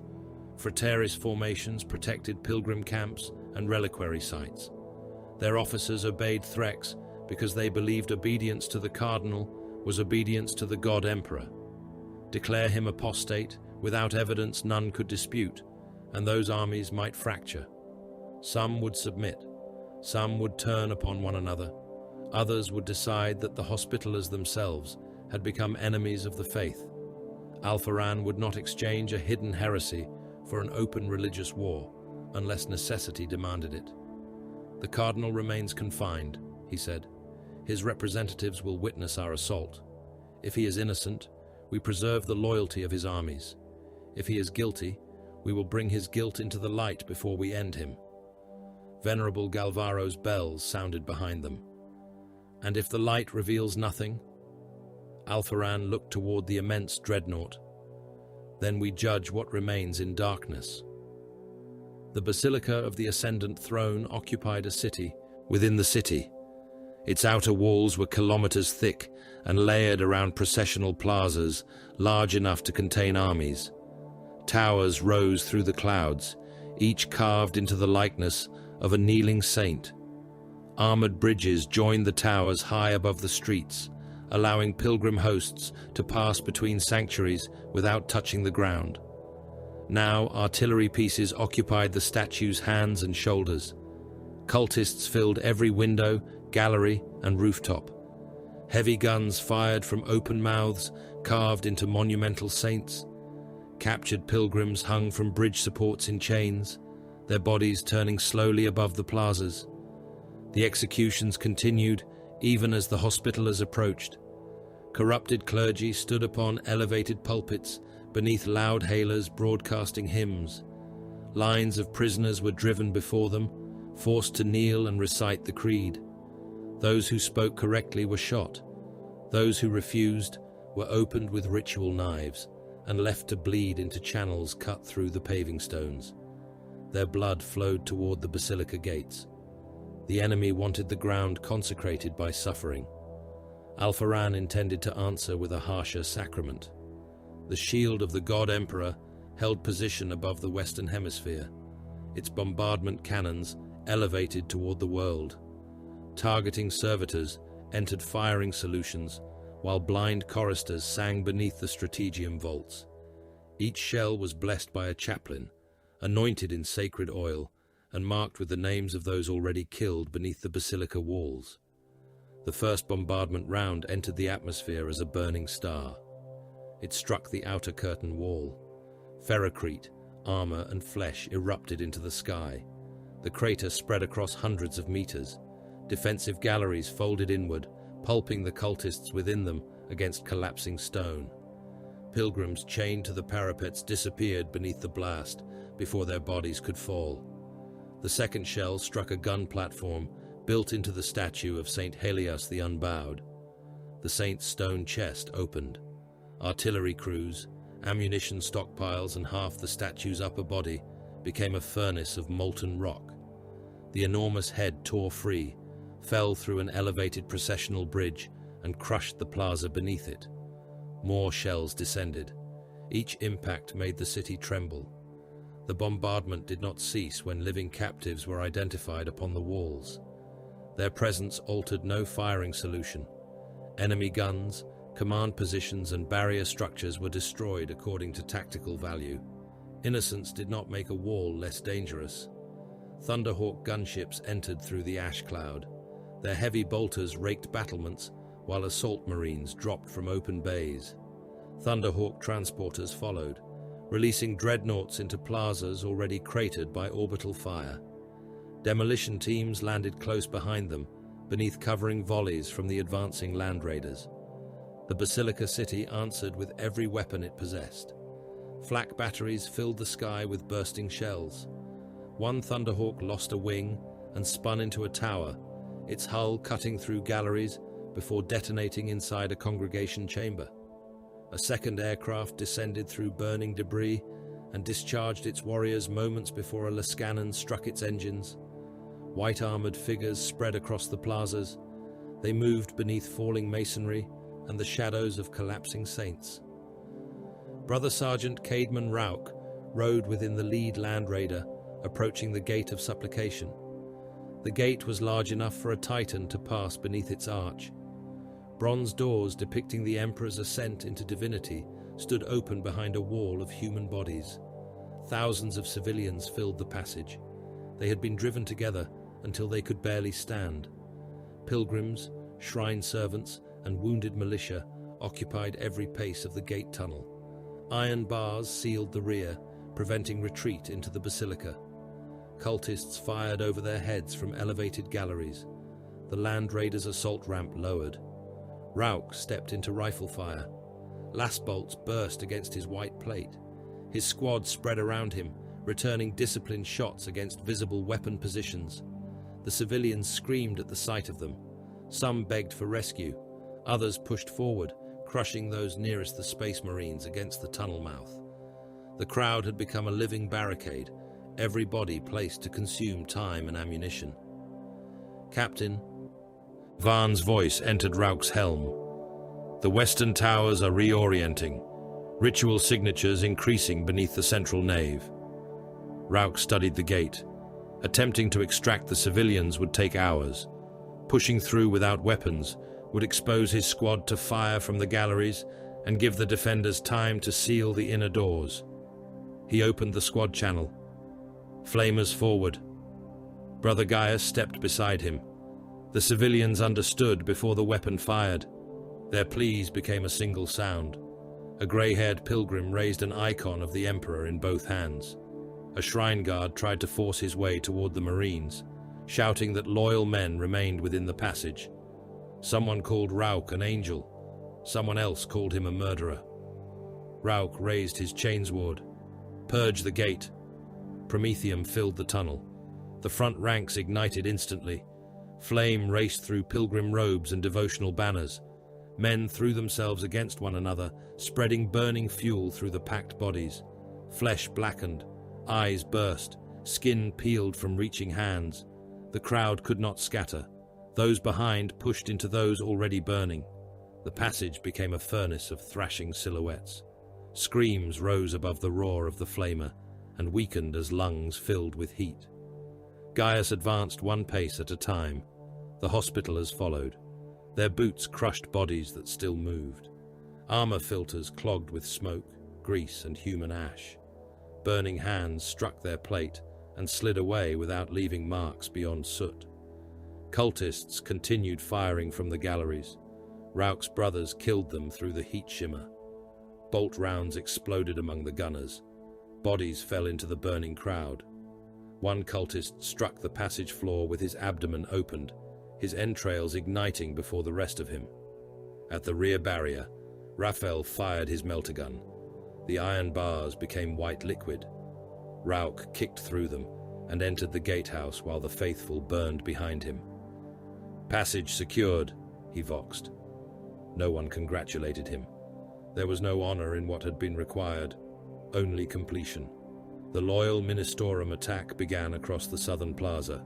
Confessor Malrek Quill advanced beneath a banner bearing the enthroned emperor in beaten gold.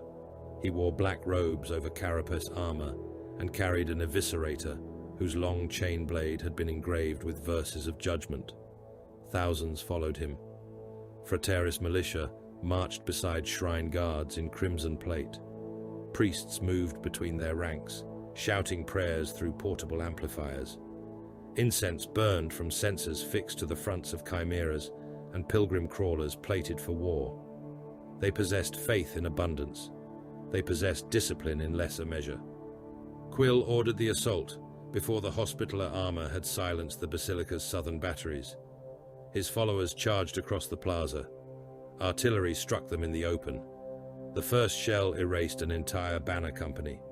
Men vanished inside flame and broken stone. The next impacts walked through the formation, throwing bodies across the paving in pieces. The survivors continued. Heavy stubbers opened from the statue galleries. Shrine guards fell in rows, their armor pierced, and their bodies dragged beneath the feet of those behind. Frateris militia reached the first barricades and climbed over them beneath boiling oil and grenades. Confessor Quill remained at the front. His eviscerator tore through an apostate from shoulder to hip. He fired a bolt pistol into another man's throat and raised his banner again after the bearer died beside him. Rauch watched the assault through magnified helm lenses. "They are drawing the southern reserves," Raphael said. "They are dying," Brother Tiberon replied. "They may do both." Rauch marked a reliquary entrance on the eastern flank. Its defenders had begun shifting toward Quill's attack. "Captain Vaughn, the Southern Faithful have created an opening. You will exploit it?" "Yes." "Do so." Rauch turned his squad away from the central approach. He did not warn Quill that the Hospitallers would not reinforce him. The Ministorum soldiers had already committed themselves. Their survival no longer possessed greater value than the breach their deaths had exposed. Vindicators fired against the reliquary wall. The first shell fractured the outer stone, the second collapsed it inward, opening a passage through devotional vaults packed with relic caskets and embalmed saints. Rauch's land raiders entered through the dust. Behind them, Confessor Quill's army died beneath the southern guns. The vigil found the second city below the basilica. Veteran Sergeant Athan Seric led his Terminators through ossuary passages into chambers no pilgrim had ever been permitted to see. The first chamber contained operating tables arranged in ranks beyond the reach of his helm lamps. Bodies lay upon them. Some had been opened and emptied. Others remained alive, sustained by machines, while servitors removed organs, blood and bone, according to ritual schedules. Brass tubes carried the harvested fluids into reservoirs beneath the floor. The second chamber housed the bone mills. Conveyor systems delivered corpses into grinding mechanisms the size of battle tanks. Skeletons emerged as white powder, which was mixed with blood and stamped into devotional tablets. Beyond the mills lay vaults filled with severed heads. Cables entered through the skulls. Iron clamps held the jaws open. Machinery forced dead tongues to move in sequence, reciting litanies through throats preserved by alchemical fluids. Millions of pilgrims had passed through the hidden city. Their remains filled reservoirs, ducts and script channels, spreading beneath the basilica. Seric looked across a floor, where corpses had been arranged into concentric lines of writing. "This is not slaughter," said one veteran. "No," Seric replied. "It is construction." The ambush began with a chain fist through the wall. Ivory stone burst across the reliquary vault. A red-armored Terminator forced his way through the opening, followed by others bearing the burning book of the Word-bearers. Coryphaeus Gal Arcturus entered behind them. He towered even over his warriors. His crimson plate had been reforged around a body swollen by centuries of war. A chain axe rested in both hands, its teeth made from black metal marked with Colchizian script. "You kneel to a corpse," Arcturus said. Rauch raised his bolter. "You speak too much." The vault became thunder. Storm bolters and mass reactive rounds crossed at killing distance. Sarcophagi burst apart. Sacred bones filled the air. A word-bearer Terminator drove his power fist through Brother Enoch's breastplate and crushed both hearts inside his chest. Brother Marcion fired until a possessed seized him from behind. Cultists poured from concealed passages and dragged him into their mass. They pulled at his limbs with hooks and chains. One arm tore free at the shoulder. His leg followed. Marcion continued roaring the chapter vows until a ritual blade opened his throat. Tiberan met Arcturus in the center of the vault. His chainsword struck the Coryphaeus' axe and lost half its teeth. Arcturus turned the weapon, brought it low, and cut Tiberan through the waist. The Hospitaller fell in two pieces. His torso struck the floor. Blood and organs spilled beneath him. Tiberan raised his bolter. He fired from the stone, killing two cultists and breaking a word-bearer's knee. Arcturus stepped over him. "You possess conviction," the Coryphaeus said. Tiberan's helm lenses burned gold. "I possess duty." Arcturus stamped down. Tiberan's helm collapsed beneath the armored foot. Bone, metal, and brain matter spread across the reliquary floor. Rauch charged. Arcturus caught his chainsword upon the haft of the axe and threw him into a sarcophagus hard enough to split the carved stone. Raphael fired his meltergun. The Coryphaeus turned aside, sacrificing one pauldron to the beam, and withdrew behind his Terminators. The word-bearers fell back through the hidden breach. Rauch began to pursue. Then he saw the fallen. 5 Hospitallers lay dead or dying across the vault. Arcturus was escaping. So was half Rauch's squad. He stopped. "Seal the approaches," he ordered. Raphael looked toward the retreating enemy. "The Coryphaeus is wounded. Our brothers are dead. He killed them, and their gene seed remains." Rauch knelt beside Tiberan's ruined body. Apothecary Hal entered with the reserve squad. His narthecium unfolded. Rauch guarded him while he extracted the progenoid glands. Vengeance could wait. The chapter's future could not. Galvaro reached the chambers beneath the altar as the last of the fighting ended. His bells sounded over the grinding mills. The dreadnought studied the blood channels, corpse script and bronze mechanisms feeding the basilica foundations. His ancient memory opened upon wars fought centuries before the living commanders had been born. "I have seen these forms," he said. Alpharan stood beside him. "Where?" "On worlds taken by the sons of Lorgar, ritual geometries cut beneath cities, populations divided by pilgrimage, bloodline, and manner of death." Galvaro's assault cannon rotated slowly as he examined the chamber. "The invasion is not the right. The rebellion is not the right. They are instruments within it." The chapter master looked toward the channels disappearing into the planet's depths. "What is the altar?" Galvaro's bells moved. "The world." The central sanctum opened above them. Hospitallers entered beneath statues whose eyes had been cut out. Alpharan crossed the threshold with Rauk, Galvaro, and the surviving Vigil veterans behind him. Cardinal Astral Odo Threx waited before the great altar. He wore unblemished gold vestments. His flesh showed no mutation. His eyes remained clear. He smiled when he saw the chapter master. "You have come at last," Threx said. Alpharan raised his power sword. "Did you order this?" "I ordered the faithful prepared. For sacrifice. For revelation." Threx extended both hands toward the blood-fed altar. "I have never betrayed the Emperor." The basilica trembled beneath distant artillery. The cardinal's smile widened. "You have been fighting his servants, Mirkal Alpharan." Something vast moved beneath the stone. "And soon," Threx whispered, "you will behold his newest incarnation." Cardinal Astral Odo Threx did not beg. He stood before the altar with his arms extended, gold vestments hanging from his shoulders in bloodless folds, while the Hospitallers formed a white armored circle around him. The basilica shook with distant bombardment. Dust fell from the eyeless statues overhead and settled upon the cardinal's robes like grey snow. Something moved beneath the floor. Not machinery, not tectonic strain. A presence pressed against the stone from below, immense and patient, as though the planet possessed a second heart and had begun to awaken it. Chapter Master Mirkal Alpharan held his power sword at rest. "You permitted the sons of Lorgar to enter this world." Threx smiled. "I permitted no traitor anything. Your cipher authorized the preparation of the faithful. My cipher authorized purification. Millions were butchered beneath your chapels. Millions were tested. Children of the Creed were rendered into blood, bone, and sacramental flesh. Every martyr is rendered into something greater than flesh." Alpharan's skull-painted face remained still.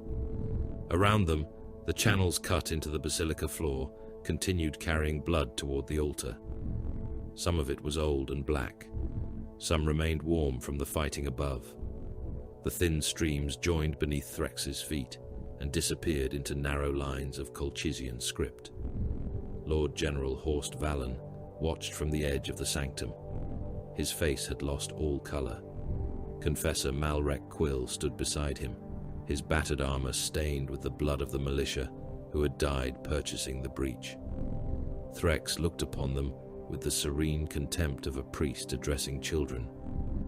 "You see demons because you lack faith," he said. "You see mutation and call it corruption because you fear change. You see suffering and imagine abandonment." Apothecary Severin Hal approached the altar. The instruments of his narthecium unfolded with soft mechanical clicks. "The organisms recovered from the faithful were warp-born," Hal said. "Their tissue rejected natural law. Their souls showed evidence of predation. Miracles have always offended lesser minds. Their mouths spoke Colchizian. The Emperor possesses every tongue. Their flesh attempted to consume the flesh of those beside them. And does the Imperium not consume flesh? Does the Golden Throne not drink souls? Does humanity not feed worlds into the furnace of its survival? Threx's gaze returned to Alpharan. The word-bearers did not turn me from him. They revealed the immensity of his design. Alpharan stepped closer. What did they tell you? That the Emperor has surpassed the prison of his mortal form. That doctrine is not forbidden. That every god requires sacrifice. That truth is known. That suffering opens the soul. That is the language of the arch-traitor. Threx laughed softly. You condemn the vessel because you fear what it contains. I condemn the hand that filled it. The cardinal's smile weakened. Alpharan raised the point of his sword until it rested beneath Threx's chin. By what authority did you reinterpret the Imperial Creed? By the authority of revelation. Whose revelation? His. Delivered through whom? Through dreams, through visions, through the voices of the dead. Delivered through the word-bearers. They were instruments. Of the Emperor? Of necessity. Alpharan's blade remained motionless. Name the decree that permits private vision to supersede ecclesiarchal law. Threx's expression hardened. Law follows truth. Name the synod that recognized your revelation. The synods are blind. Name the saint whose canon supports the feeding of the faithful into mechanisms of the warp. The saints understood only fragments. Name the authority. I have named it. You have named yourself. Threx drew himself upright. I am Cardinal Astral of Gethsemane. I am the keeper of 12 basilica hives, the guardian of 19 billion souls, and the appointed shepherd of the Feast of Ascension. You are a servant, Alpharan said. I am his chosen vessel. You are a servant who mistook his own voice for that of his master. The cardinal's face twisted. For the first time, anger broke through his tranquility. You stand before birth and call it corruption. You kneel before a corpse and deny the living God forming beneath your feet. Alpharan lowered his sword. Private revelation cannot supersede the church established in his name. No servant may amend the master's command because a whisper praises his pride. He looked toward Hal. Remove his tongue. Threx recoiled. You would silence the truth? I would prevent your final lie from purchasing another soul. Hal seized the cardinal by the jaw. The Narthesium's restraint prongs entered Threx's cheeks and forced his mouth open. The cardinal kicked and struck at the apothecary's armor. His rings broke against ceramite. The surgical blade descended. Threx's scream became a wet, choking sound. Hal tore the tongue free at the root and held it between steel pincers. Blood poured down the cardinal's chin, soaking the front of his vestments. Confessor Quill turned his face away. Alpharan did not. Threx sank to his knees, hands pressed to his mouth. He glared upward, hatred burning where serenity had been. The chapter master placed the edge of his power sword against the cardinal's neck. You are judged apostate. Threx tried to speak. Only blood came. You are denied sermon, shrine, and martyr's name. The blade ignited. You are returned to the Emperor without honor. Alpharan struck. Threx's head left his shoulders. It crossed the altar steps and struck the floor beside a basin filled with pilgrim blood. The body remained kneeling for a heartbeat. Then it collapsed forward. Blood spread beneath it. The first drop touched the carved script. The sanctum awakened. Black light ran through the floor faster than thought. Every Colchizian character ignited at once. The blood channels boiled. Threx's severed head opened its eyes. A smile pulled at the dead mouth. The basilica convulsed. The altar split from end to end. Statues fell from the walls. A crack opened beneath the cardinal's body, exhaling heat that smelled of burned hair, incense, and opened graves. Across Gethsemane 5, the hidden conduits ignited. In St. Barraspine, whole habitation districts folded inward as the ground vanished beneath them. Towers carrying millions of citizens descended into sinkholes filled with unnatural flame. Hab blocks struck one another as they fell, bursting apart and spilling people through shattered windows. In the Basilica Hive of St. Orison, a processional avenue opened from horizon to horizon. Refugee columns disappeared into the rupture. Those not crushed by falling structures burned in fire that climbed upward without smoke. In the eastern shrine cities, citizens stopped fleeing. They turned upon one another. Men tore devotional chains from their necks and used them as garrotes. Priests beat supplicants to death with reliquaries.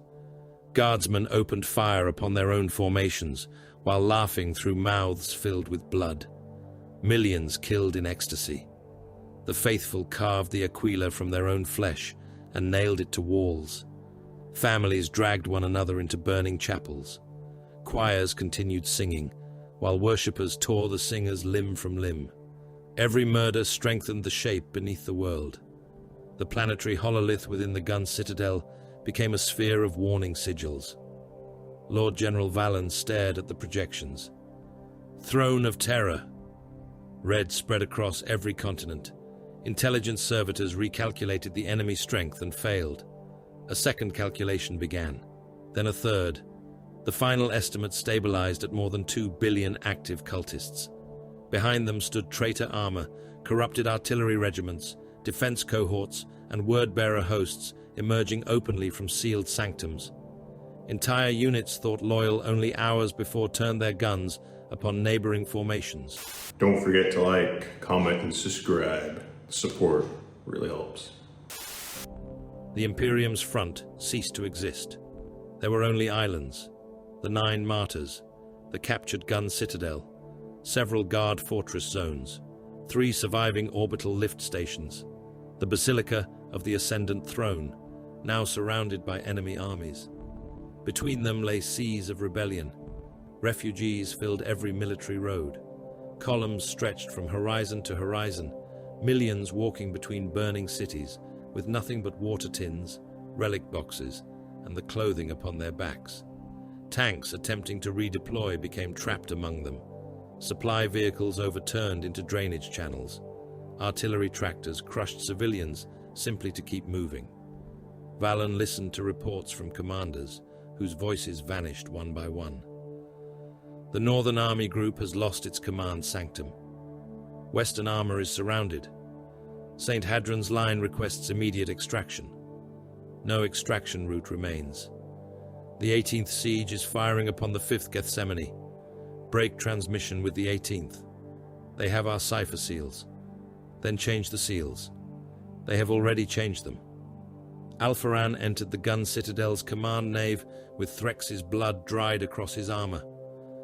Designate all territories beyond support range as spiritually lost. Valen turned.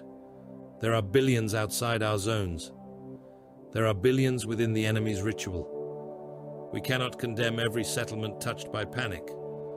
We will condemn those we cannot screen, defend, or deny to the enemy. Navy officers appeared across the hololithic stations. Alpharan issued the orders without raising his voice. Incendiary patterns against the infected settlements east of St. Barraspine. Sustained artillery interdiction along the pilgrimage routes. No population movement may approach an imperial fortress without examination. Valen stared at the chapter master. You intend to burn the refugee columns. I intend to prevent 2 billion cultists from becoming 3. Imperial Navy bombers descended before the world's next dawn. They flew over infected settlements in black formations and opened their bays. Incendiaries fell among habstacks, pilgrim camps, and shrine towns. Fire consumed streets crowded beyond movement. Men burned beside statues of the emperor. Families suffocated inside sealed chapels. Those who escaped the flames reached military cordons and died beneath heavy bolter fire. Guard artillery began barrages that continued without interruption. Guns fired until barrels glowed. Crews slept beside breaches, while servitors loaded shells. When recoil mechanisms failed, the pieces were abandoned and fresh batteries took their place. No one counted individual dead. Reports recorded population losses in millions each hour. At the 9 Martyrs, Captain Lucan Var turned the fortress into an island of fire. Enemy forces surrounded it in numbers hundreds of times greater than its defenders. The void shields flickered beneath continuous bombardment. Cultists climbed mounds made from their own dead and reached the walls every few minutes. The Hospitallers rotated firing squads by the minute. One brother fired until his heavy bolter barrel warped, stepped away while serfs replaced the assembly, then returned to the parapet with another weapon. Plasma coils were changed while still hot enough to burn through mortal hands. Ammunition servitors moved without pause until their tracks clogged with blood and severed limbs. Whenever the walls were breached, Captain Var counterattacked before the enemy could widen the opening. Hospitallers descended from the battlements in white armored wedges. They killed with bolters, blades, and disciplined violence, then withdrew before weight of numbers could bury them. The mortal defenders learned to measure time by the captain's commands. Hold, fire, withdraw, detonate, counterattack, seal, begin again. Beneath the fortress, millions of refugees prayed while dust fell from the crypt ceilings. Above them, Hospitallers killed so quickly that the dead formed new walls. Captain Othric Van received the locations of 13 principal ritual nodes. They lay beneath manufactoria, administrative hives, cathedral districts, and ossuary complexes, each pulsed in sequence with the planetary geometry. Destroying one caused the others to compensate. They would have to be struck together. Van divided what remained of his offensive company. Squads became isolated strike forces. Dreadnoughts marched with guard battalions. Assault brethren were attached to armored columns that possessed no hope of reinforcement. The Hospitallers did not have enough warriors. They attacked anyway. Brother Sergeant Rauk led one column toward a node beneath the Manufactorum of Sacred Iron. The road was blocked by wounded guardsmen. Thousands lay between wrecked chimeras and abandoned pilgrim crawlers. Some could still walk, others crawled. Many lacked limbs or carried wounds already turning black with infection. The land raiders halted. Enemy artillery began adjusting toward the stationary column. Rauk left his transport. A guard medici officer ran toward him. "You must give us time to clear them. You have 1 minute. There are too many. Then choose quickly." Rauk opened the column vox. "All wounded capable of carrying a weapon will remain and establish a firing line. Those capable of walking without aid will clear the road." The medici officer looked at the men lying among the vehicles. "And those who cannot? Grant them the Emperor's peace." Lord General Valen heard the order through the command channel. These soldiers served faithfully. Rauk watched the first shells land beyond the road. One explosion threw wounded men into the air. Bodies struck the sides of the land raiders and fell beneath their tracks. Then let their final service be silence rather than obstruction. Hospitaller serfs and guard medici moved through the road. Last pistols fired. 1 shot for each dying man. Some accepted the muzzle against their skulls. Others begged. A few resisted and were killed by the soldiers they had fought beside. The bodies were dragged beneath the wrecked vehicles. The column advanced before the enemy artillery found its range. The wounded who remained behind formed a line across the road. Rauk did not look back when their weapons began firing. In orbit, the void broke open. Word-bearer vessels translated from concealed warp routes inside the system's outer approaches. Crimson cruisers emerged among wreckage fields, their hulls covered in burning script. Smaller escorts spread ahead of them, while attack craft launched from cavernous bays. The Hospitaller fleet was caught between Gethsemane and the Heretic flotilla. The shield of the God Emperor turned to meet them. Macro-cannon batteries fired from both flanks.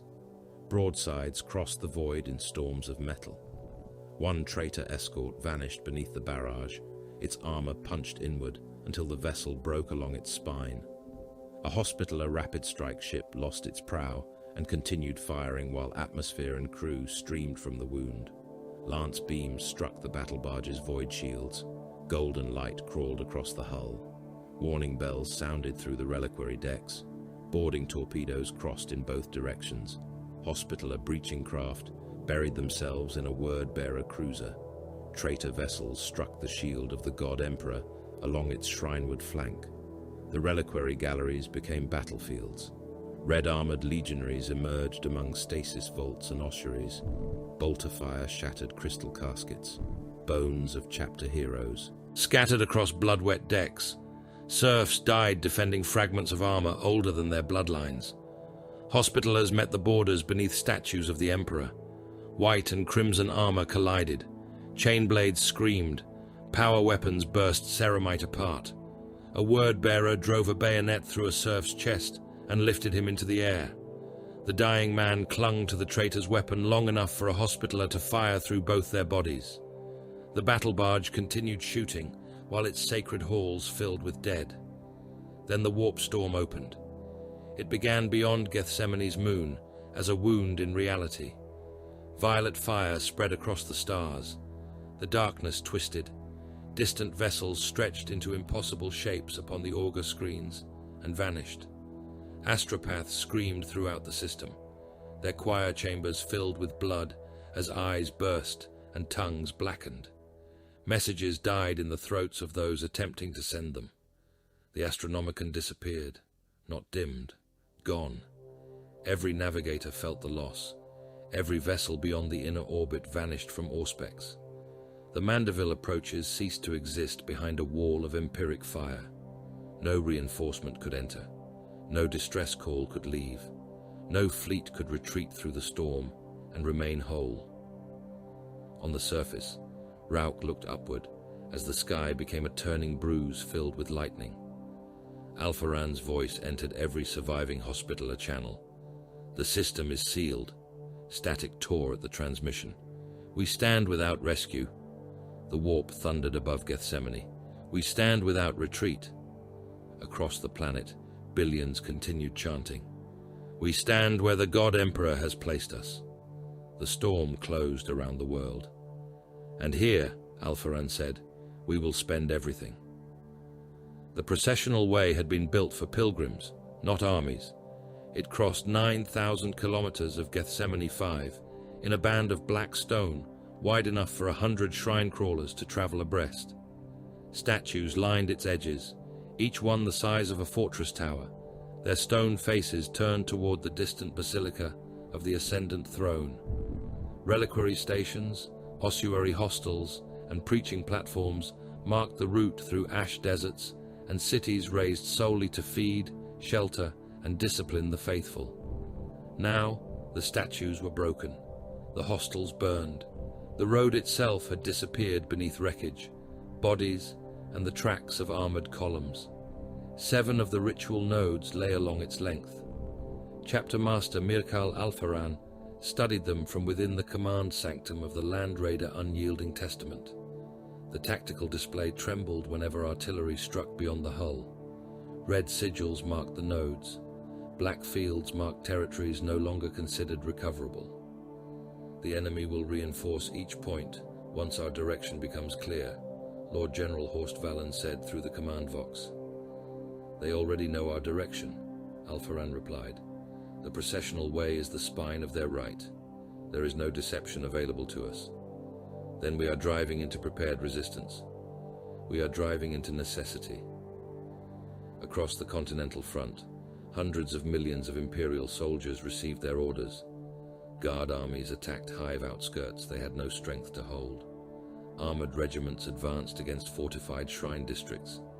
Artillery groups began firing upon targets selected not for conquest, but to force the enemy to commit reserves away from the processional way. Whole formations were instructed to spend themselves. Some commanders objected. Their objections ended when the barrage timetables began. The Hospitallers formed the spearhead. Land Raiders advanced beneath devotional banners broad enough to cover city plazas. Predators prowled between them with autocannons trained upon the ash horizon. Vindicators moved in the foremost ranks, siege shields pushing aside wreckage and the dead. Whirlwinds traveled behind the armor screen, missile racks elevated toward the poisoned sky. Rhinos and razorbacks carried the surviving battle brothers. Mortal armor followed in numbers that turned the road into a river of iron. Lehman Russ battle tanks, chimeras, artillery tractors, and pilgrim crawlers fitted with armor plates stretched beyond sight. Infantry marched between the vehicles, carrying ammunition crates, fuel canisters, replacement weapon barrels, and the wounded who had not yet become useless. The pilgrim militia walked beneath icons taken from ruined shrines. Many had no uniforms. Some carried laser guns older than their grandfathers. Others bore shotguns, autoguns, or industrial tools. They had survived screening.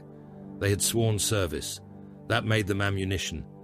Chaplains spoke through every functioning vox. Their voices entered tank compartments, command vehicles, infantry helmets, and the brass amplifiers mounted upon devotional standards.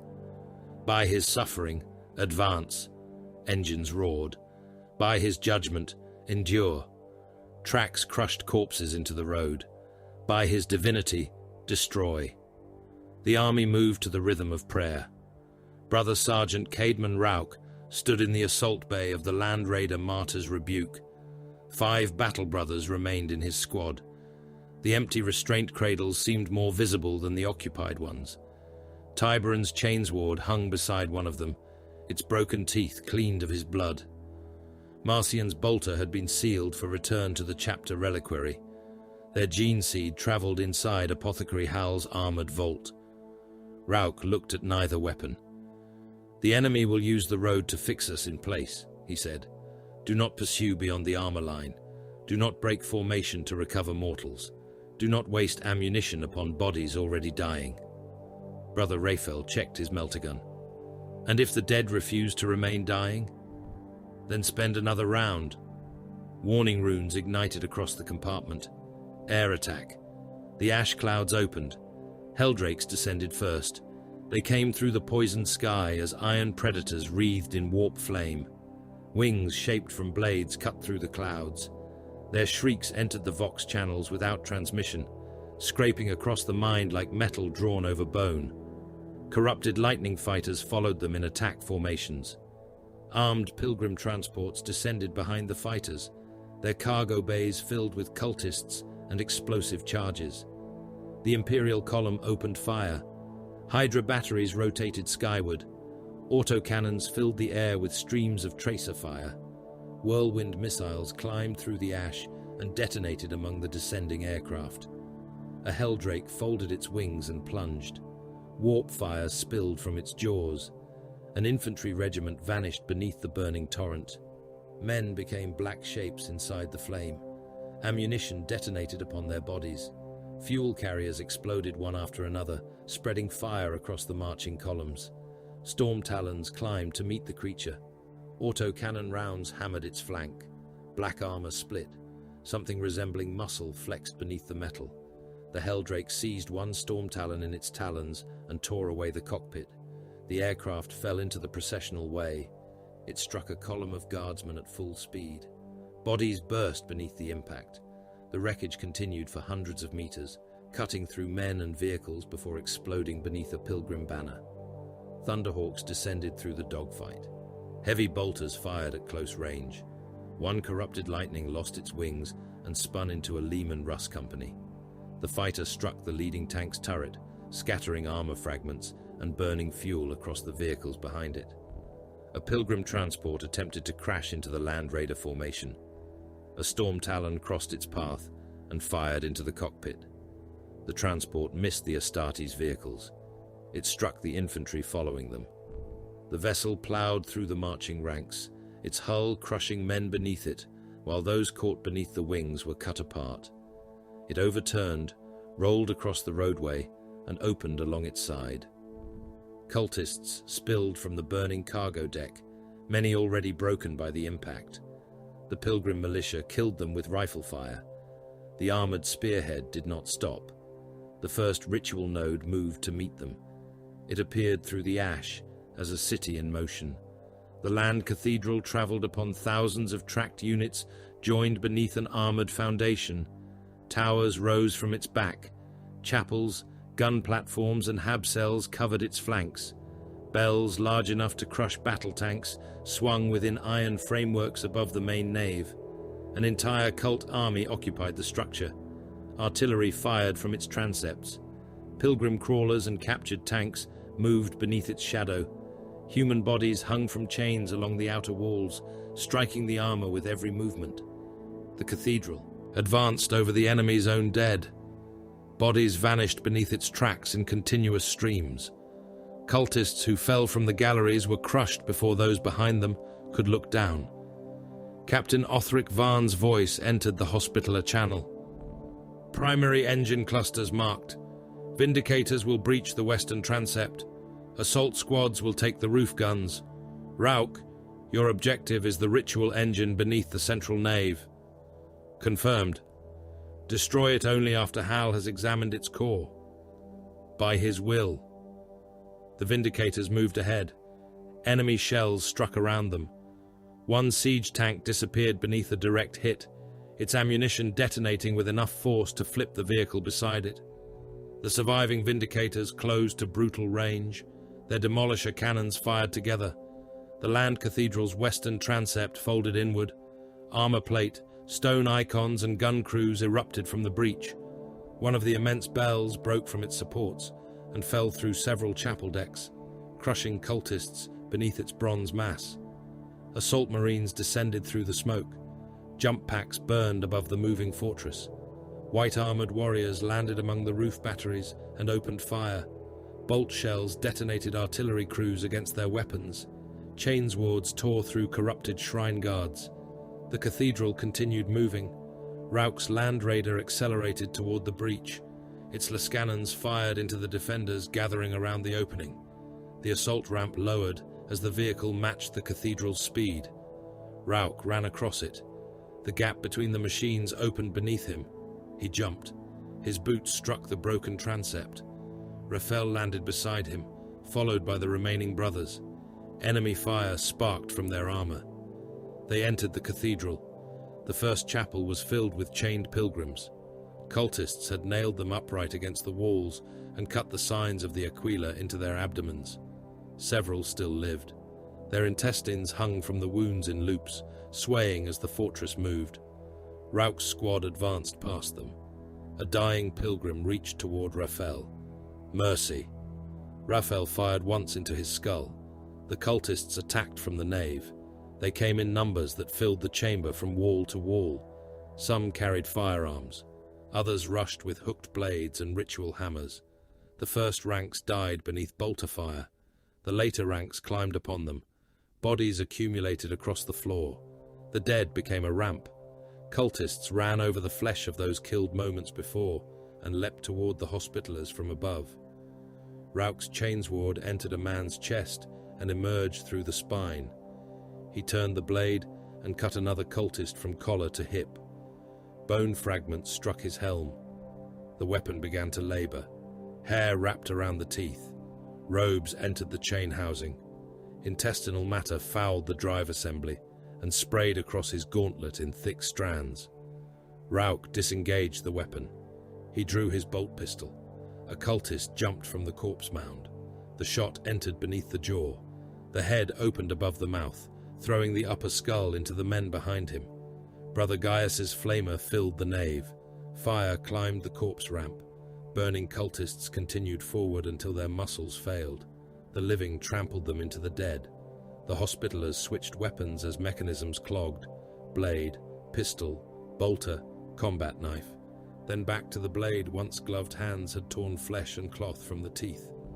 They advanced through chapels, ammunition galleries and engine rooms.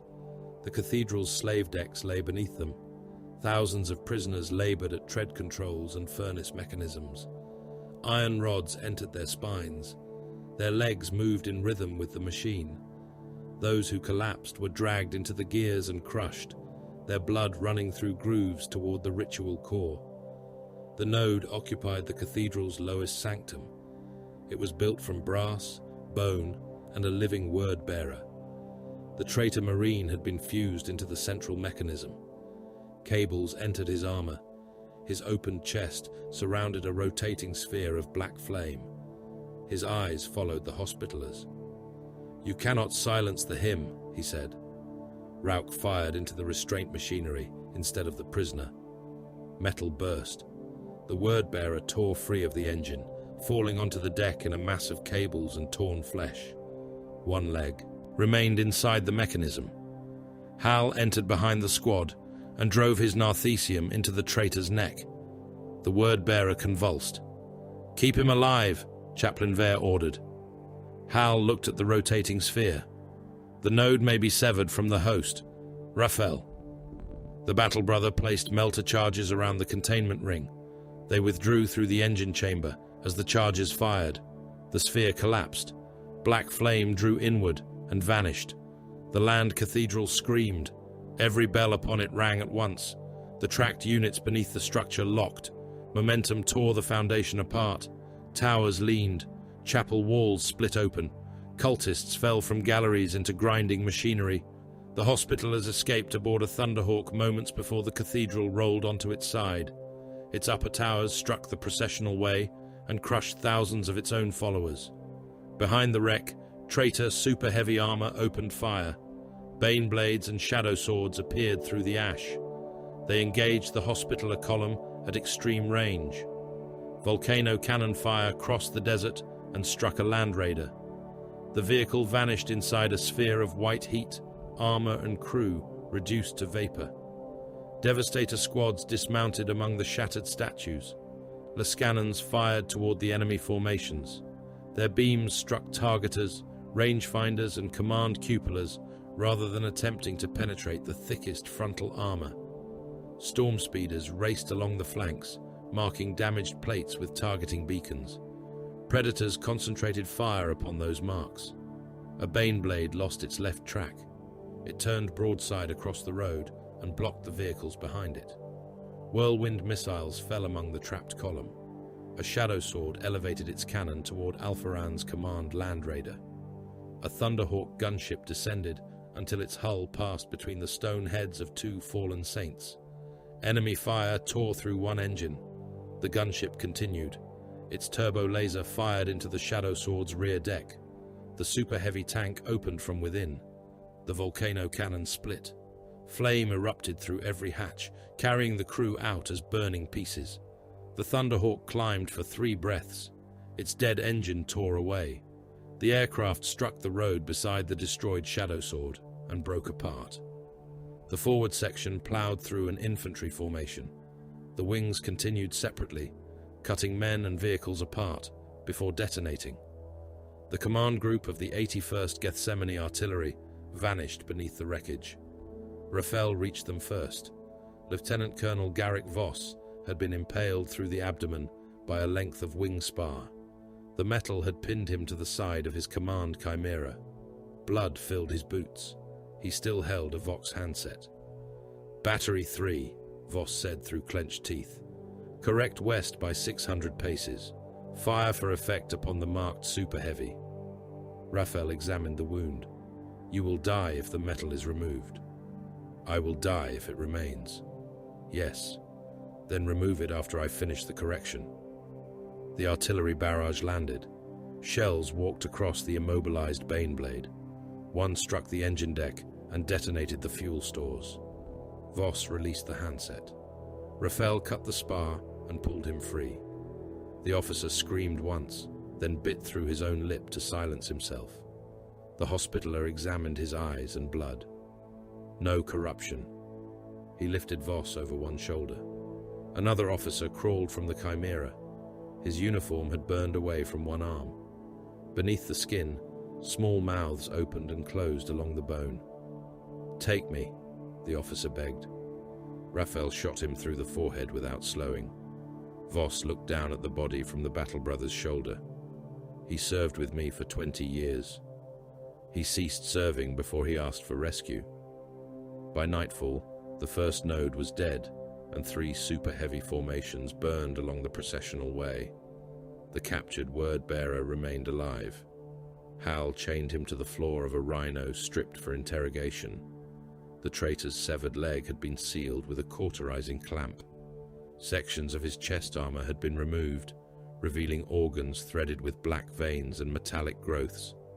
Chaplain Vare stood over him. "What is being born beneath Gethsemane?" The word-bearer smiled. Hal inserted a drill into the fused bone surrounding one of the traitor's secondary organs. The drill turned. Black blood filled the wound. The smile remained. "A saint," the prisoner said. Vare leaned closer. "Name it." "It has no name yet. Names follow birth." Hal removed the organ. The word-bearer's laughter became a wet cough. "You think this world summons a demon," he said. "You think we will raise some horned beast and command the faithful to worship it. What will you raise? What they already worship." The chaplain's crozius touched the prisoner's throat. "Speak clearly." A miracle assembled from memory, a face drawn from every icon, a voice shaped by every prayer, a body woven from the martyrdom of billions. The word-bearer looked toward the rhino's ceiling, as if seeing beyond it. A demon wearing the collective image of an imperial saint. Hal cut deeper into his chest. The traitor shuddered. "When it rises," he continued, "the faithful will not see corruption. They will see proof. Worlds will kneel without invasion. Armies will surrender without battle. Entire subsectors will open their gates to the gods while believing the Emperor has come to save them." Vare crushed the prisoner's windpipe with one blow of his crozius. The word-bearer died smiling. The remaining node data reached Alpharan before the body cooled. 6 could be destroyed from the processional way.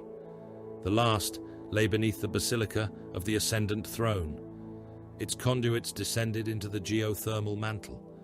An orbital strike or deep explosive charge might rupture the planet's crust and trigger tectonic collapse across every inhabited continent. The node had to be broken at its altar, by hand. Alpharan looked toward the distant basilica, visible as a black shape beneath the warp-torn sky. "Then I will enter it." Across the processional way, the living stopped. Pilgrim militia lowered ammunition crates. Guardsmen ceased marching. Wounded men raised their heads. Beyond the imperial lines, billions turned toward the basilica of the Ascendant Throne. Their mouths opened together. "The saint is ready to be born." The words passed through every vox and every throat. Then the corpses lining the sacred road began to move. Hands pushed against blood-slick stone. Broken legs straightened. Headless bodies rose beside the living, and the red pilgrimage resumed. The voice of benediction had once carried the prayers of Gethsemane beyond its sun. It hung above the shrine world like a second moon, an orbital cathedral built around an astropathic relay older than the basilica hives below. Its outer hull resembled a crowned reliquary. Golden transepts projected from its central spine. Processional galleries circled its equator, broad enough for tens of thousands of pilgrims to march beneath armored windows overlooking the void. Now the gold had blackened. Warp lightning crawled across its towers. Human bodies covered the observation galleries from within, pressed against the crystal by failed atmosphere seals or deliberate execution. Some had frozen with their hands joined in prayer. Others had been opened and arranged around the windows so that their blood formed Colchizian script when viewed from space. The station's astropathic beacon continued transmitting through the storm. Its signal passed through the Empyrean where ordinary vox could not. Every pulse carried fragments of the corrupted chant rising from Gethsemane 5. Every pulse prepared distant minds to recognize the thing gestating beneath the world as holy. A false miracle needed witnesses. The word-bearers intended to provide them. Veteran Sergeant Athan Serich stood within the teleportarium of the shield of the God Emperor. 17 warriors of the Vigil surrounded him in a circle of white Terminator plate. Their storm bolters had been blessed, their chain fists idled with predatory growls. Heavy flamers hung beneath the arms of 2 brothers. Teleport beacons pulsed upon their armor, each rune checked by serfs whose hands shook as the warp storm battered the battle barge. Venerable Galvaro's voice came through the chamber vox. "The station amplifies what is being born below. You will destroy the choir arrays, Sever the astropathic conduits and prevent transmission beyond the system. Seric touched one fist to the center of his breastplate. The vigil hears. You may find shapes that resemble the holy. Shape does not. Determine sanctity. You may hear voices that claim authority. Authority is proven through doctrine. You may see the face of the God Emperor. Seric's helm lenses burned gold. Then it will withstand examination. The teleportarium's machinery began to scream. Brass rings rotated around the veterans. Lightning crawled across their armor. The air filled with ozone, incense, and the taste of metal. A serf priest raised both hands. Translation in 3 heartbeats. Seric drew his stormbolter close to his chest. Remain vigilant. The chamber vanished. The vigil entered hell. Seric materialized with one boot upon the floor and the other upon a wall that should have been 10 meters away. Gravity changed before his mind accepted the impossible angle. The corridor twisted around itself. The deck became the ceiling.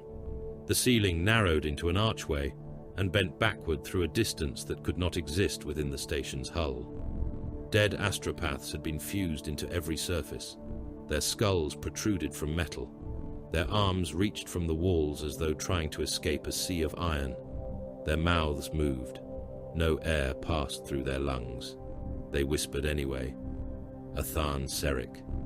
His name came from behind his eyes. He raised his stormbolter. Formation. The veterans locked their boots to the surface beneath them. Magnetic clamps activated with hard metallic clicks. Brother Caldus appeared 3 paces away, half submerged in a bulkhead. His Terminator armor had fused with the metal from the waist down. His upper body remained intact. His stormbolter rose towards Seric. Do not approach. Seric saw movement beneath the veteran's breastplate. Something pushed outward from inside him. Caldus's armor seals split. Fingers emerged between the plates. Human fingers. Dozens of them, slick with blood, clawing for air from within his chest. Record me, Caldus said. Seric opened the Vigil's death archive. Brother Caldus Arvan, vigilant in life, unbroken in duty. Caldus fired his chain fist into his own breastplate. The rotating blades tore through ceramite, bone, and both hearts. Black blood burst across the wall. The fingers inside him convulsed. Seric put one bolt through his helm. The detonation scattered skull fragments and grey matter through the corridor. Recorded, he said. The Vigil advanced with 16. Stormbolters fired in disciplined pairs. Cultists emerged from impossible doorways, wearing the skins of astropaths as cloaks. Bolt rounds struck them at the waist and chest. Bodies opened in strips. Arms, ribs, and organs spread across the warped corridor, falling in conflicting directions as gravity changed around them. A man killed beside Seric fell upward. His lower body struck the ceiling while his entrails stretched behind him in a glistening rope. The gravity field shifted again. The corpse slammed sideways and burst against a wall of whispering faces. The dead astropaths drank the blood. Metal lips opened. Tongues extended from skulls embedded in iron and lapped at the red streaks. Brother Donat's heavy flamer roared. Promethium filled the corridor. Warp growth burned blue and violet. The astropathic faces screamed as the fire consumed them, their skulls splitting within the bulkheads. The whispering continued inside Seric's helm. You have guarded nothing. He ignored it. You have protected a corpse that never knew your name. He marked the next junction.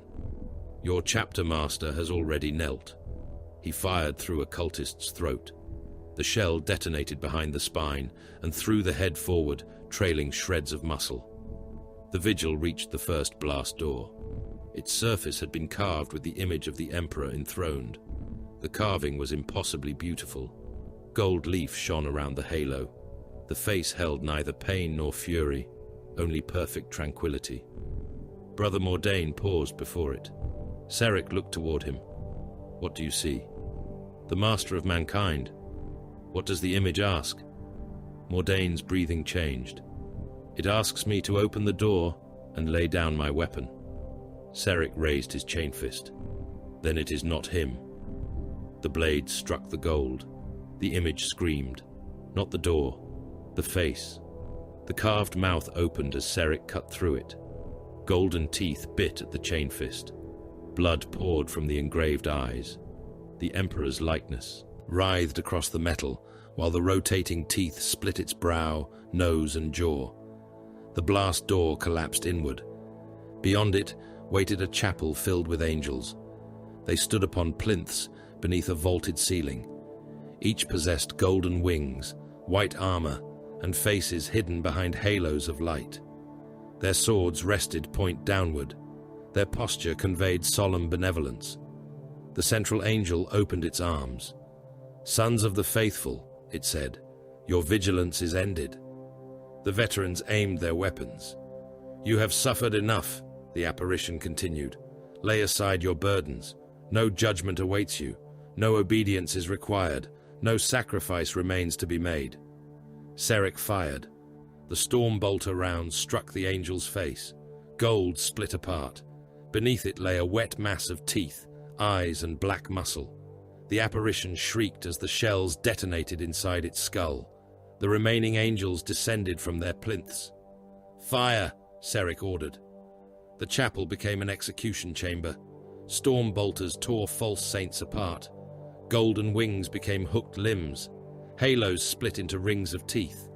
White armor peeled away to reveal bodies made from stitched human torsos. Brother Donat swept his heavy flamer across the nave. Demons burned. One reached Brother Mordain and drove a golden spear through his abdomen. The weapon burst from his back, trailing intestine and armor fragments. Mordain caught the demon by the throat and discharged his stormbolter into its chest until both bodies vanished behind fire and shredded flesh. The demon fell. Mordain remained standing with the spear through him.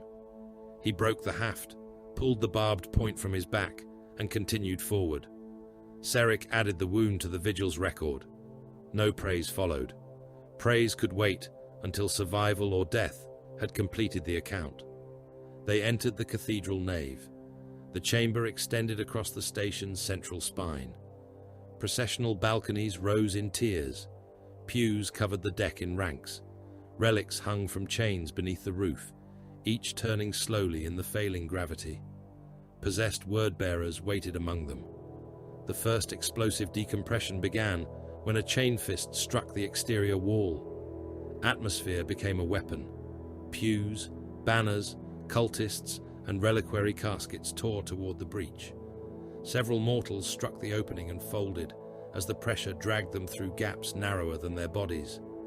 Flesh stripped from bone. Skin and organs streamed into the void, while skeletons jammed against the torn hull. The vigil locked magnetic boots to the deck. Possessed legionaries did not. They launched themselves between walls, using talons and backward-jointed limbs to cross the chamber. Red armor passed overhead. One creature struck Brother Donat from above and drove him to one knee. Donat's flamer fired into its abdomen. Promethium erupted from the creature's back. It tore open as it burned, spilling organs that moved like serpents.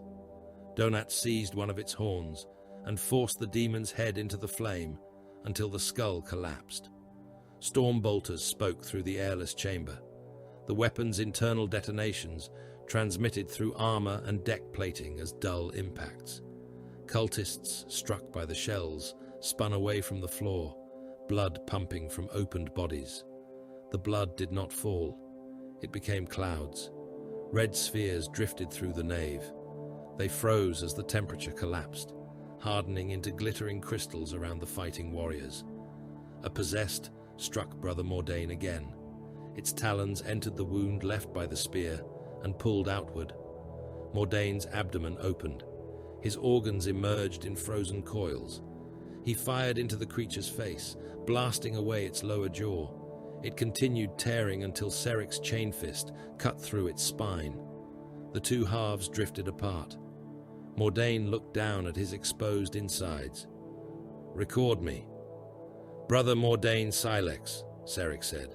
"Twice wounded. Duty maintained. Not yet ended." Mordain gathered his intestines in one gauntlet, pressed them against the breach in his armor, and followed. The choir throne occupied the nave's far end. Thousands of dead psykers surrounded it. Their bodies had been bound into concentric galleries. Cables entered their skulls, throats, and spinal columns. Their mouths opened in perfect unity, forming a song no vacuum should have carried. At the center sat the sorcerer. His upper body wore crimson armor covered in moving scripture.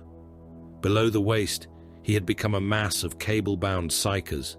Human torsos merged into his abdomen. Arms dragged the swollen body across the throne. Faces opened within the flesh and screamed whenever the astropathic signal pulsed. The sorcerer raised one hand. Warp fire crossed the nave. Brother Donat vanished inside violet flame. His Terminator plate melted around him. He managed one step before his body collapsed, armor and flesh flowing together across the deck. The fire struck Seric's left arm. His storm shield absorbed the first impact. The second broke its field. Pain arrived as white clarity. His arm separated at the shoulder. The limb drifted away, still gripping the shield. Blood sprayed from the wound and froze across his breastplate before his armor's seals closed. Seric did not fall. He locked his chain fist and advanced behind the broken shield held in his severed hand. The sorcerer laughed through every dead psyker. "You have lost too much." Seric crossed the nave under warp fire. "You have no world left to save." The shield disintegrated. "You have no future beyond this storm." Seric reached the throne. Vigilance does not require a future. He drove the chain fist into the sorcerer's lower body. The blades tore through cables, psyker flesh and spinal columns. Heads burst beneath the rotating teeth. Black blood and cerebral fluid filled the air around them. The sorcerer struck Seric's helm with a staff. The veteran's vision fractured. He caught the staff beneath his chain fist, snapped it, and seized the sorcerer by the skull with his remaining hand. The traitor's helm split open. Seric dragged him from the throne. Cables tore from the red armor. The fused psykers screamed as their shared body separated. Seric drove the sorcerer's head against the choir throne. Once. The helm cracked. Twice. Bone burst through the cheek. A third time. The skull collapsed. Brain matter spread across the throne's gold surface. The sorcerer's body spasmed in Seric's grip, while the mouths below continued chanting. Seric struck again, until nothing remained above the traitor's shoulders but broken armor and pulp. The choir faltered. Brother Mordain fell. His magnetic locks failed as his strength left him. He drifted above the deck, organs floating from his opened abdomen. Black veins had begun spreading through the exposed tissue. Demonic eyes opened along his intestines. Mordain raised his helm towards Seric. Final absolution. Seric pulled himself across the deck. Mordain's armor diagnostics showed both hearts failing. Warp contamination moved through his bloodstream faster than the suit's purgatives could counter it. Seric unfolded the progenoid extractor built into his chain fist housing. The instrument entered Mordain's neck. The wounded veteran did not cry out. The first gland came free. Seric extracted the second from within the ruined chest. The contamination had not yet reached it. Mordain's hand closed around his wrist. "Do not record the wound. I record all truth. Then record that it did not command me." Seric placed a bolt pistol beneath his brother's jaw. Brother Mordain Silex, flesh compromised, duty unbroken. By his judgment, by his divinity, Seric fired. Mordain's head burst into the frozen blood cloud above them. The remaining vigil planted melter charges throughout the choir galleries. Charges were fixed to the central reactor housings, the astropathic conduits, and the amplifier pylons connecting the shrine to the station's outer hull. Chain fists opened access points through armor plate, while storm bolters held back the cultists still pouring into the nave. Brother Tibble died at the reactor threshold. A possessed entered through the floor and tore both his legs from the hip. Tibble fired downward, until his magazine emptied, then detonated the melter charge in his gauntlet. The blast consumed him, the demon, and half the reactor door. Seric recorded his name while crossing the crater. Brother Acastian died beside the amplifier vault. A word-bearer Terminator crushed his helm with a power fist. Acastian's body remained standing for several seconds, Stormbolter firing without aim until the armor's nervous linkage failed. His name joined the archive. The teleport coordinates stabilized. 11 Vigil veterans remained combat-capable. They withdrew through a station, tearing itself apart. Melter charges detonated behind them. The choir arrays vanished in white fire. Astropathic conduits ruptured, releasing waves of psychic force that burst the skulls of every unshielded cultist within the cathedral. The central reactors failed in sequence. The voice of benediction began to die. Towers broke from the station's spine. Processional galleries folded outward. Atmosphere streamed into space, carrying bodies, burning parchment, and fragments of sacred architecture. The vigil reached the teleport chamber as gravity ceased entirely. Seric looked through the chamber's broken armor glass toward Gethsemane 5.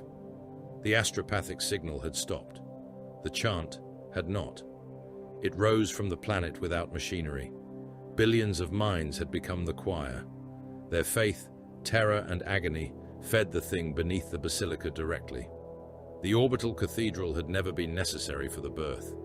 It had been constructed to spread the newborn miracle after it awakened. The teleport field formed around the veterans. Before translation took him, Seric saw the cities below change. Lights moved across an entire hemisphere. Hive basilicas became lines. Burning roads became veins. Continents formed the curve of an immense skull. A human face appeared upon the world. Its features were made from cities. Its mouth was made from the processional way. Then Gethsemane opened its eyes. The 9 martyrs had become a fortress surrounded by the dead. They filled every avenue, every pilgrim camp, and every ash-choked field beyond the curtain walls. Tens of millions stood beneath the bruised sky, packed so closely that the earth disappeared beneath them. Cultists marched beside reanimated corpses. Demons moved among both, crawling through the multitude on hooked limbs or wearing dead men like garments. The void shields flickered over the fortress. Each artillery impact transformed the protective field into a dome of pale fire. Cracks of tortured energy ran across its surface. Shield generators screamed within the inner keeps, their machine spirits driven beyond every sanctioned tolerance. Captain Lucanvar watched warning runes multiply across his helm display. Ammunition reserves had fallen below 1/4. Promethium remained for less than 3 hours of sustained defense. The western wall had been breached 7 times. Psychic contamination had been confirmed in 4 refugee crypts and suspected in 12 more. Nearly 9 million Imperial citizens remained beneath the fortress. Most would never leave it.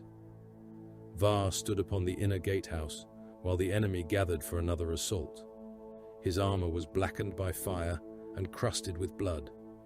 A broken length of cultist chain remained wrapped around one vambrace. He had not removed it because removing it would serve no purpose. "The fortress will be defended in 3 circles," he said over the command vox. "The mortal regiments will hold the outer wall and curtain towers.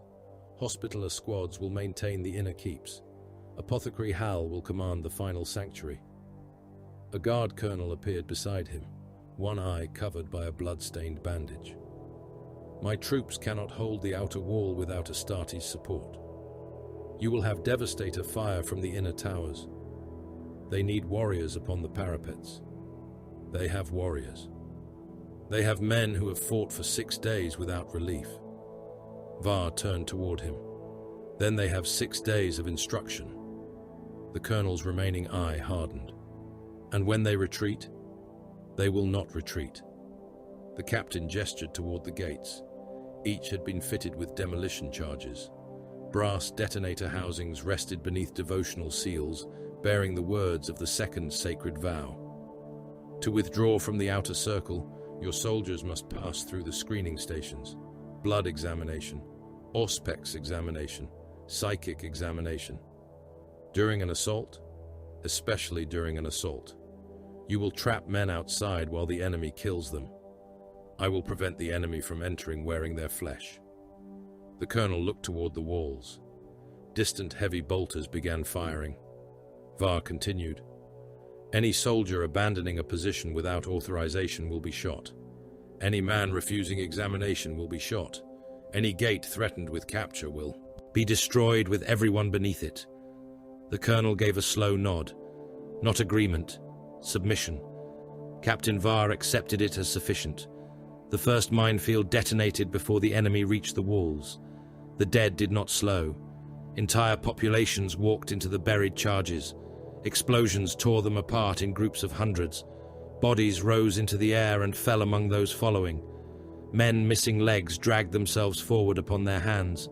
Corpses without faces advanced beside cultists, carrying icons made from human spines. Heavy bolters opened from the parapets. Mass reactive shells cut lanes through the horde. The dead collapsed. The living stepped over them. More bodies fell until the trenches created by bolter fire filled with meat. Minefields disappeared beneath the accumulating corpses. The enemy crossed upon bridges of its own ruined flesh. Demons crawled through the mounds. Their claws opened bodies as they passed, using rib cages and split torsos as handholds. One creature moved beneath the dead like something swimming underwater. Backs and limbs rose above it in a moving wave until it erupted before the western wall. Its body resembled a skinless man, swollen to the size of a transport. Human faces grew across its shoulders. Each screamed a different prayer. A plasma cannon struck it through the chest. Blue fire consumed the demon's upper body. It continued forward on 4 arms, dragging loops of black intestine through the corpses until Lascanon fire severed it at the waist. Artillery fell among the packed millions. Shells burst beneath the surface of the horde. Pressure waves threw bodies higher than the fortress walls. Severed limbs rained across the parapets. A head struck a guardsman in the chest, hard enough to knock him from the firing step. An arm landed across an ammunition servitor and remained there while the machine continued feeding shells into an autocannon. The living artillery crews stopped distinguishing blood from rain. Everything that touched them was red. The western gate failed during the third assault. A demon engine struck the outer arch with a siege hammer made from fused bones and armor plate. The first impact fractured the gate. The second tore it from its hinges and threw it through the defenders behind. Cultists poured into the opening. Venerable Augustine Galvaro met them. His assault cannon fired into the breach. Rotating barrels became a single blur. Shells struck bodies at such speed that the first ranks ceased to possess individual shapes. Flesh disintegrated. Blood became mist. Broken weapons and pieces of skeleton hammered against those pressing forward. The ammunition counter reached nothing. The cannon clicked. Galvaro released the trigger. The horde entered through the smoke. His power fist closed around the wreckage of a chimera overturned beside the gate. He lifted the armored transport by its broken hull and swung it. The vehicle struck the cultists like a colossal hammer. Dozens vanished beneath it. Others were thrown against the walls, bones breaking inside their bodies. Galvaro swung again until the chimera split apart and its engine block tore free. A possessed legionary leapt onto the dreadnought's sarcophagus. Its talons raked across the devotional plating. Golden script peeled away in molten strips. Galvaro drove his armored shoulder into the gatehouse wall, crushing the creature between his chassis and the stone. Black blood spilled across his vision slit. His bells continued sounding.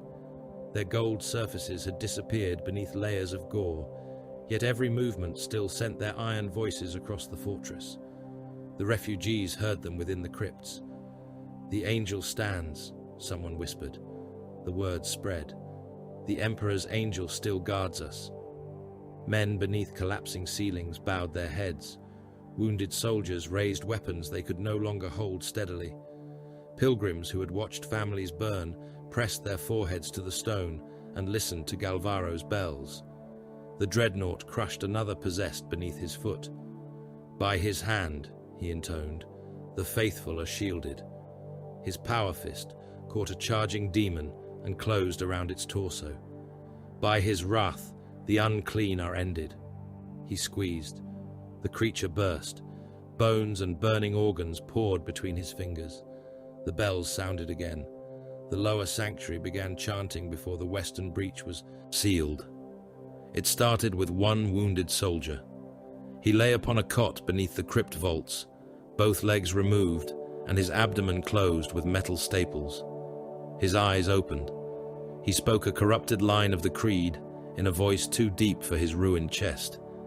The men beside him answered, then the next row, then the entire chamber. Thousands of wounded raised their heads. Some had lost jaws, some lacked tongues, some possessed lungs too damaged to whisper. All of them spoke. Apothecary Severin Hal entered the ward with his bolt pistol drawn.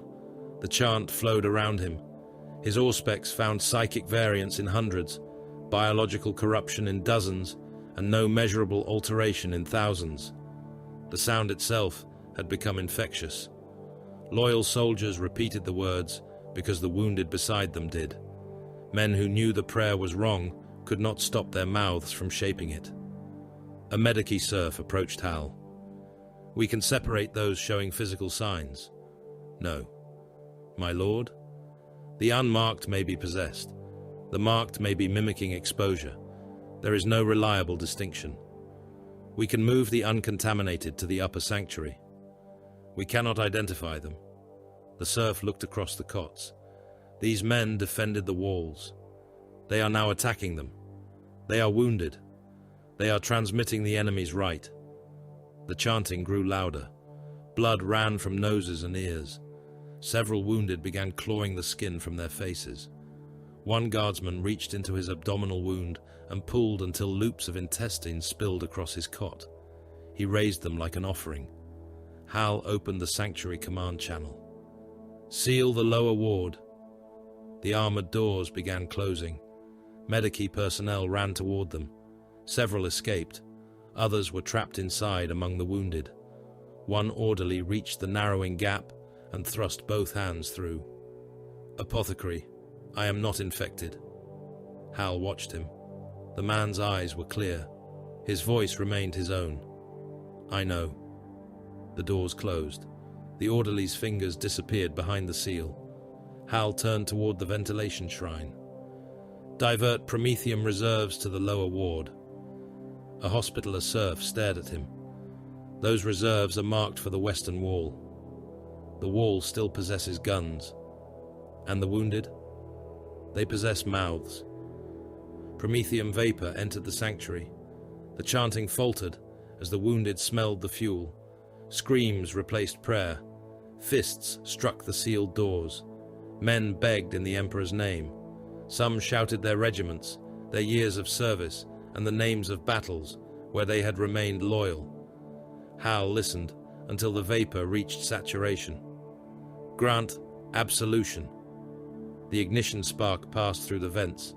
Fire filled the lower sanctuary. The doors bowed outward beneath the pressure. Heat drove the serfs back. Screams became a single immense roar, then faded beneath the crackling of beds, flesh, and medical cloth. Smoke emerged through the door seams. It smelled of antiseptic, promethium, and burned meat. The chant ended. Brother Sergeant Caedmon Rauch returned to the 9 martyrs beneath a sky raining human remains. His armored column had been reduced to 3 land raiders, 2 predators, and a handful of mortal vehicles. Dead cultists covered the hulls. One land raider dragged an enemy body beneath its track guard, crushing it again with each revolution. Rauch entered the fortress through the eastern gate. He found Hal outside the burned sanctuary. The apothecary stood motionless before the sealed doors. Black smoke stained his white armor. A thin stream of liquefied fat and blood ran beneath the threshold. Rauch examined the ward designation. How many? 6,412. How many were corrupted? Unknown. How many were loyal? Unknown. Rauch looked at the smoke. You killed men we swore to protect. Hal turned his helm toward him.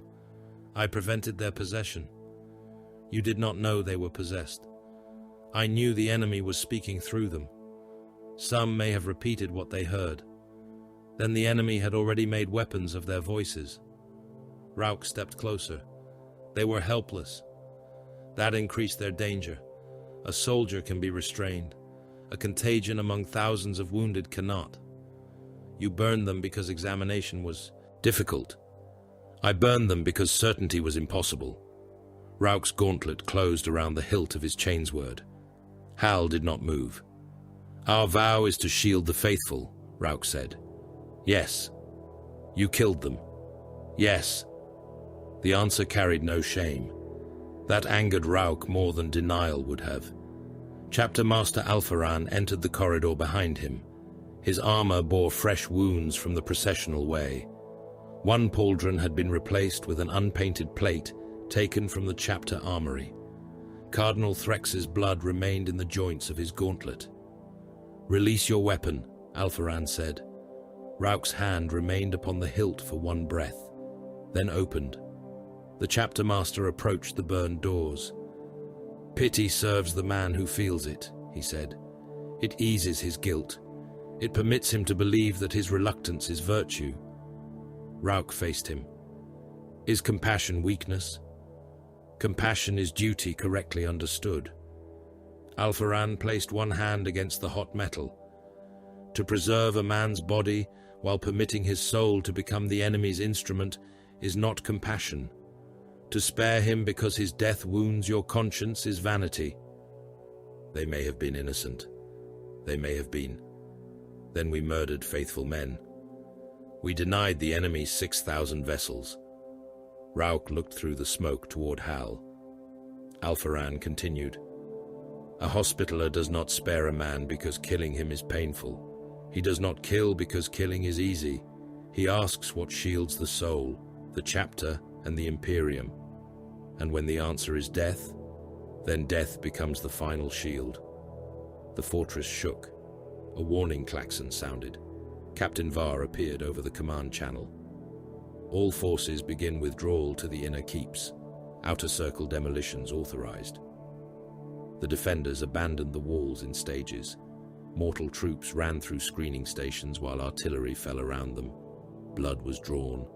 Auspex beams passed over bodies. Those who failed were killed beside the gates.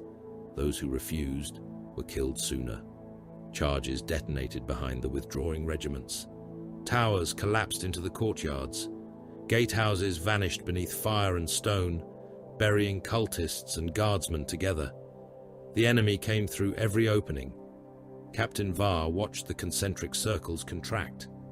He had already decided where the defense would end. The fortress reactors lay beneath the central keep.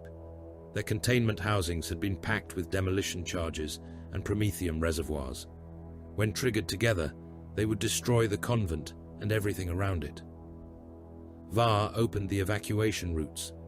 The ossuary tunnels beneath the eastern foundations could carry only a fraction of the refugees before the enemy reached them. Serfs divided the population into labor groups: soldiers, skilled workers, and the gravely wounded. Those judged useful moved first. Millions remained in the crypts. They were told that the Hospitallers would hold the fortress. This was true. They were not told what the holding would cost. That truth would not improve their obedience. Rauk's surviving squad escorted the first refugee columns into the tunnels. Apothecary Hal traveled with them, carrying the recovered gene seed of the dead. At the final junction, Rauk turned back. Captain Var stood beneath the statue of the 9th martyr. 23 Hospitallers remained with him. Galvaro stood at the inner gate, bells still sounding while enemy blood ran from his chassis. "You should withdraw," Rauk said. Var checked the charge trigger upon his vambrace. "I am withdrawing." Rauk looked toward the reactor vaults. Into his keeping? Into purpose. The captain extended one fist. Rauk struck it with his own. "No man need fall," Var said. Rauk answered the chapter's teaching. "So long as another stands where he fell." The last blast door closed between them. Captain Var turned toward the inner keep. The dead entered beneath the shattered arches. Demons climbed the walls. Possessed legionaries advanced through burning courtyards. Cultists poured behind them in numbers that filled every passage. The 23 Hospitallers opened fire. Bolters thundered. The first ranks burst apart. Var fought beneath the statue while the fortress died around him. He severed a demon's head with his power sword. He shot a possessed, through the mouth, and continued firing until the creature's spine came apart. One brother fell. Another stepped into his place. Then another. Galvaro dragged a wrecked predator across the inner gate and used it as a barricade. His power fist tore attackers apart while his bells rang above the slaughter. The crypts beneath them remained filled with civilians. Millions prayed as the walls shook. They believed the bells promised rescue. Captain Var heard their prayers through the stone. He waited until the enemy filled the outer courtyards. He waited until demons crowded the inner keeps. He waited until his last battle brother fell beside him, with half his skull missing. Var drove his sword through the chest of the creature that had killed him. Then he opened the reactor channel. Second vow fulfilled. He pressed the trigger. The 9 martyrs became light. The fortress, its defenders, and the millions sheltering beneath it vanished within the same expanding sun. Towers turned to vapor. Demons became shadows burned into the blast. The shockwave crossed St. Barraspine and flattened everything for kilometers. The crater could be seen from orbit. For one breath, the chanting across Gethsemane weakened. Then the final tally was reached. Above the Basilica of the Ascendant Throne, the sky split open. Golden fingers pushed through the wound. They gripped the edges of reality and pulled. An immense radiant figure began forcing itself into the world, and billions fell to their knees. The thing above Gethsemane wore the shape of salvation.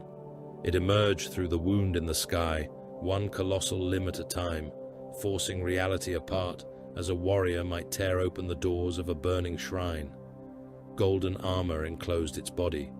Wings of white fire spread across the heavens, their feathers formed from blades, scripture, and the burning silhouettes of the dead. Its face was not a face. Billions of human features moved across it. Eyes opened within cheeks. Mouths formed across the brow. Teeth emerged where skin should have been and dissolved again into light. Every man, pilgrim, and soldier sacrificed upon Gethsemane seemed imprisoned within that radiant countenance. They screamed without sound until the creature lowered its gaze toward the world. Then their voices entered every living mind. Behold, armies stopped fighting. Guardsmen dropped laser guns and fell to their knees in radioactive mud. Tank commanders climbed from cupolas despite the artillery falling around them. Pilgrim militia raised bleeding hands toward the sky.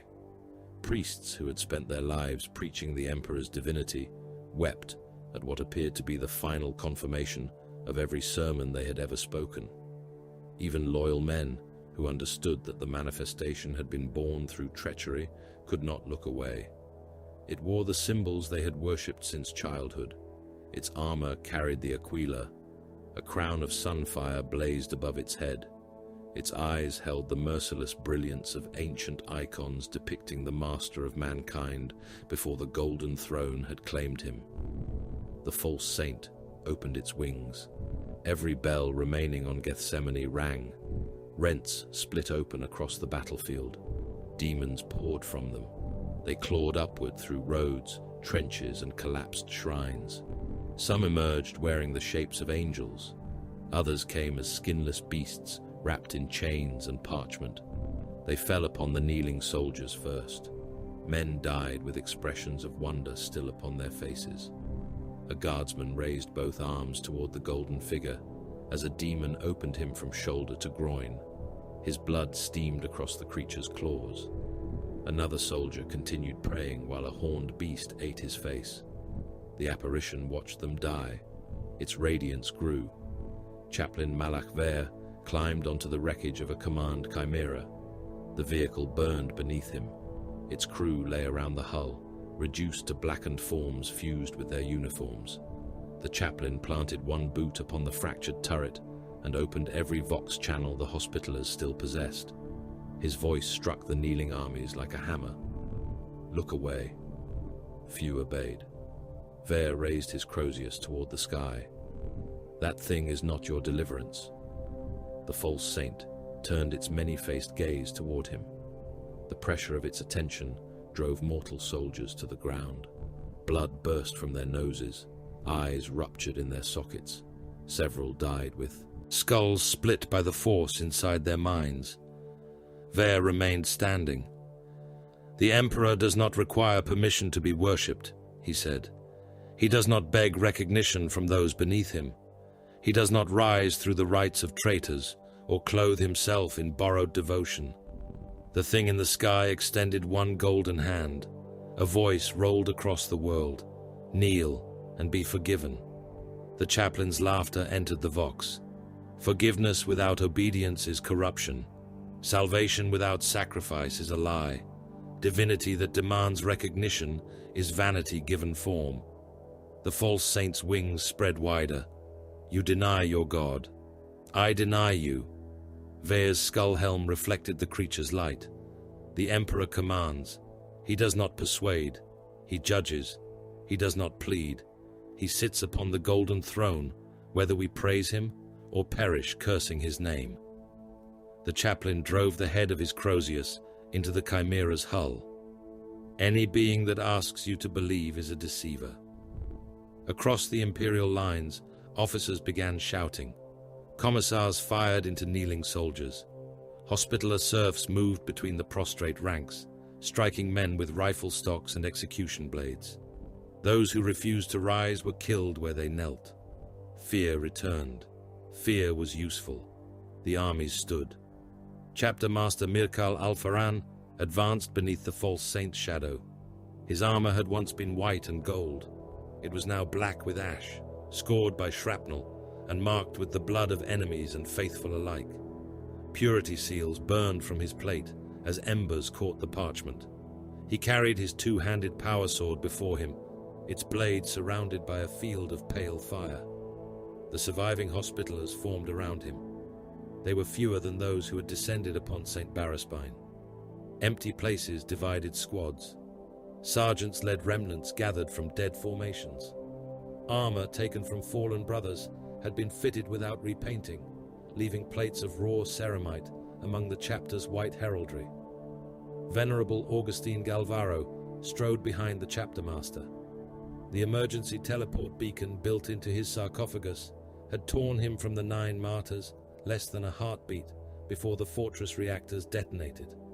Translation had saved the warrior within and ruined much of the chassis around him. One leg moved with a grinding limp. Half his devotional plating had burned away. Several bells were missing. The remaining bells still sounded. Captain Var had died. Galvaro carried the final transmission from the fortress within his memory core. Second vow fulfilled. Alfaran raised his sword. Advance. The Imperium answered with everything it had left. Artillery batteries opened fire across the continent.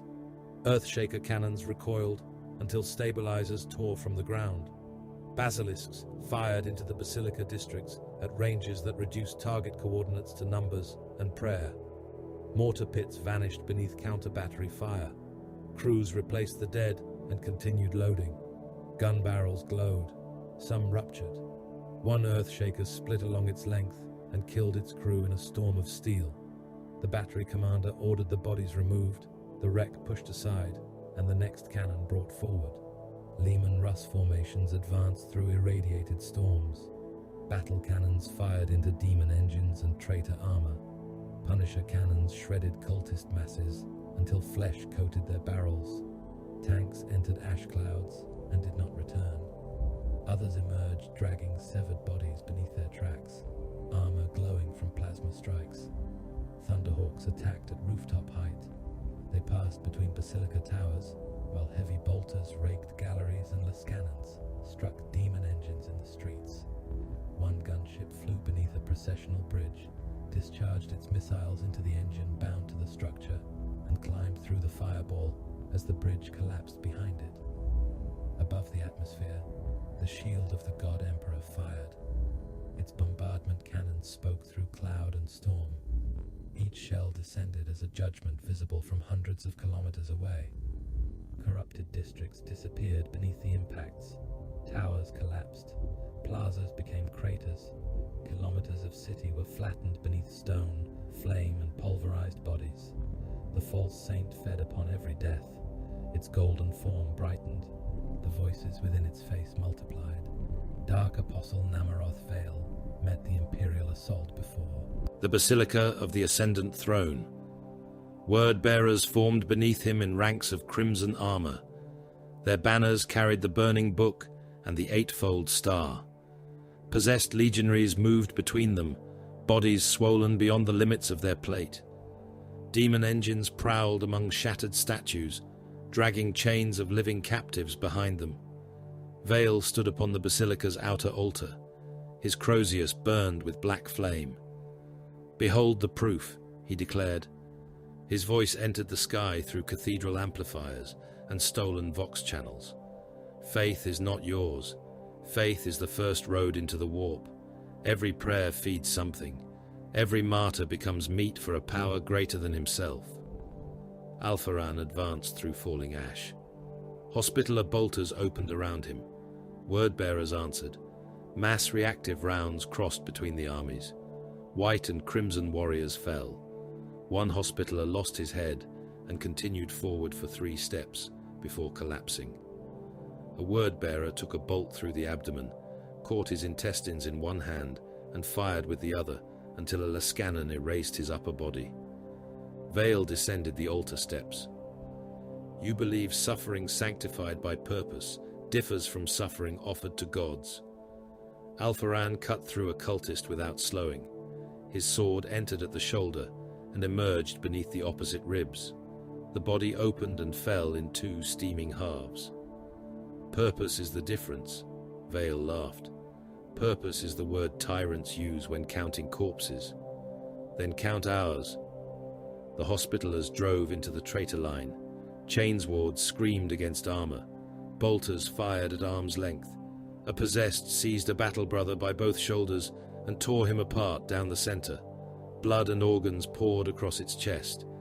Brother Gaius burned the creature until the demon inside burst from the armor as a thing of smoke and teeth. Alpharan met Vale's gaze across the slaughter. "Faith belongs to the one strong enough to command its price." The Dark Apostle spread his arms. "Then look above you. The price has been paid." A shadow passed over them. The cathedral engine came walking through the ruins. Its legs were bell towers torn from their foundations and bent into jointed limbs. Each step crushed hab blocks beneath thousands of tons of stone and metal. Its torso had been built from an entire shrine cathedral, complete with transepts, chapels, and broken windows filled with screaming faces. One arm ended in a wrecking mass made from fused statues. The other carried a gun assembled around an altar of living psychers. Galvaro turned toward it. His assault cannon spun. The first burst struck the engine's forward chapels. Shells tore through stained armor glass and human bodies. Faces vanished from the windows. Stone saints shattered and fell from the walking structure. The cathedral engine swung its wrecking arm. Galvaro tried to evade. The fused statue struck his left side and threw him through the shell of a hab block. Walls collapsed around the dreadnought. His assault cannon snapped beneath the impact. The engine raised its arm again. Galvaro rose through the rubble. His broken gun hung useless beside him. "By his hand," he said. "The faithful are shielded." The wrecking arm descended. Galvaro caught it in his power fist. The impact drove his feet into the street. Armor plates ruptured across his shoulders. 2 bells tore free and disappeared beneath the engine's legs. He held the arm. "By his wrath, the unclean are ended." His fist closed. Stone statues cracked. Metal supports buckled. The wrecking mass split apart, showering Galvaro with broken saints and human remains. The cathedral engine fired its psychic cannon. A spear of violet light struck the dreadnaught's chest. Half his sarcophagus armor vanished. Within the ruptured shell, the ancient warrior's preserved flesh could be seen suspended among cables, blood reservoirs, and life support tubes. One eye opened within the coffin. Galvaro continued forward. He drove his power fist into the engine's central doors. The armor folded inward. The dreadnought tore again. A reliquary chamber opened inside the machine. Thousands of human souls had been bound within crystal caskets. Their spectral forms writhed against the glass. Cables passed through their mouths and eyes, feeding their torment into the engine. Galvaro struck the conduit. Altar. Crystal exploded. The souls escaped as burning figures, tearing through the cathedral engine from within. Its towers screamed. Its legs collapsed. Galvaro vanished beneath the falling structure. Brother Sergeant Rauch entered the Basilica transept through a breach opened by Vindicator fire. Raphael and the remnants of his squad followed. They found Coryphaeus Gal Arcturus waiting between rows of shattered saintly sarcophagi. The word-bearer's armor had changed since the reliquary battle. Horns curved from his back. Script moved beneath his crimson plate. Warp fire burned through the joints of his armor. His chain axe had grown into his hands. Tiberans screamed beneath my boot, Arcturus said. Rauch drew his chainsword. No, he spoke his duty. The Coryphaeus charged. He crossed the transept faster than his bulk should have allowed. His axe struck Rauch's blade and shattered the chain housing. Teeth flew across the chamber. Rauch thrust the ruined weapon toward Arcturus's throat. The Coryphaeus caught his wrist and twisted. Armor cracked. Bone broke. Rauch's sword arm bent backward at the elbow. Pain flooded his nervous system. His bolter dropped from numb fingers. Arcturus headbutted him. Rauch's helm split across one lens. He fell against a sarcophagus. Raphael fired his melter gun. The Coryphaeus turned. The beam crossed his backpack and burned through one exhaust vent, but failed to strike the reactor. Arcturus threw his chain axe. The weapon struck Brother Gaius in the chest and carried him into the wall. Rotating teeth entered the Hospitaler's breastplate. Blood flooded from his grill, while the weapon ground through ribs and organs. Rauch rose. Arcturus tore the axe free and drove it toward him. Rauch turned too slowly. The blade entered beneath his breastplate. It passed through armor, abdominal muscle, and intestine before bursting from his back. Chain teeth filled his body. They shredded organs and filled the inside of his plate with blood. Arcturus leaned close. You cannot endure me. Rauch locked his undamaged arm around the weapon. The chain continued turning inside him. He tightened his grip. I do not need to. Arcturus pulled. Rauch held the axe within his own flesh. The Coryphaeus' backpack remained exposed. Raphael! The meltergun fired. White heat struck the word-bearer's reactor pack. Armor liquefied. Fuel cells detonated. Arcturus arched backward as fire burst through his chest and throat. His hands released the axe. Rauch drove his broken arm against the handle, forcing the weapon deeper into himself to keep the Coryphaeus close. Raphael fired again. The second beam entered the exposed reactor. Arcturus came apart. His backpack exploded, throwing crimson armor and burning flesh across the transept. The upper half of his body struck the altar steps. One hand continued gripping nothing. Rauch collapsed beside him. Raphael reached for the chain axe. Leave it, Rauch said. It is inside you.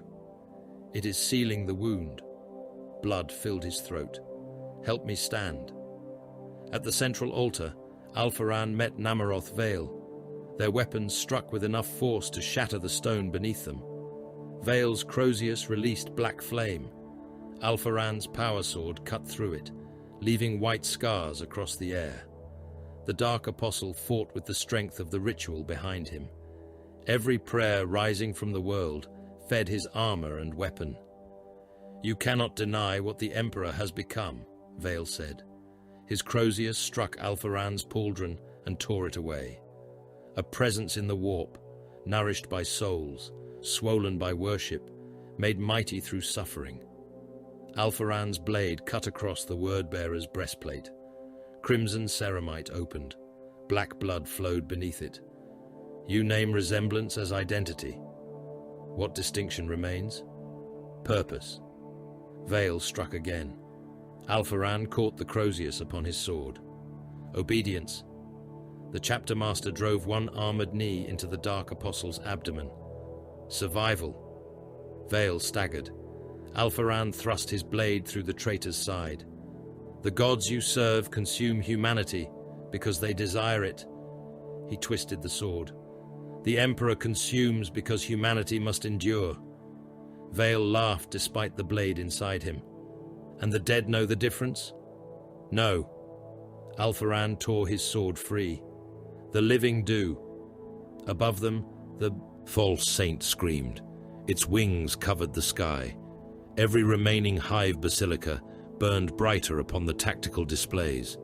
Their populations had become reservoirs of prayer, terror, and death. The ritual no longer depended upon the altar alone. Destroying the central sanctum would wound the manifestation. It would not starve it. Alpharan received the calculation through his helm.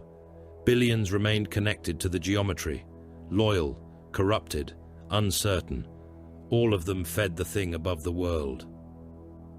The chapter master opened a channel to the shield of the god emperor. Lord Captain Voss answered through static and distant weapons fire. My lord, prepare the bombardment decks. A pause followed. What target? Alpharan looked up at the golden abomination wearing the faces of the faithful. All connected population centers. The Lord Captain understood. Even through the Vox, his breathing changed. That will kill billions. Yes. Many remain loyal. Yes. Vale laughed from the blood-covered altar. Alpharan raised his sword toward the false saint. Prepare the sanctified scourging. The order to murder Gethsemane reached every surviving Imperial command within the same breath.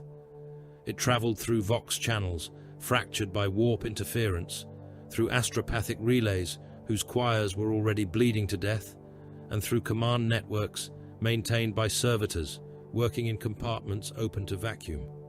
Wherever it arrived, the words carried the seal of Chapter Master Mirkal Alpharan and the final authority of the Hospitallers. Prepare the sanctified scourging.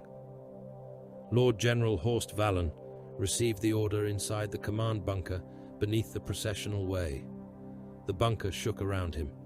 Dust fell from the vaulted ceiling. Officers crowded the tactical shrine, while artillery reports and casualty totals scrolled across brass cogitator screens. The planetary hololith displayed what remained of Gethsemane.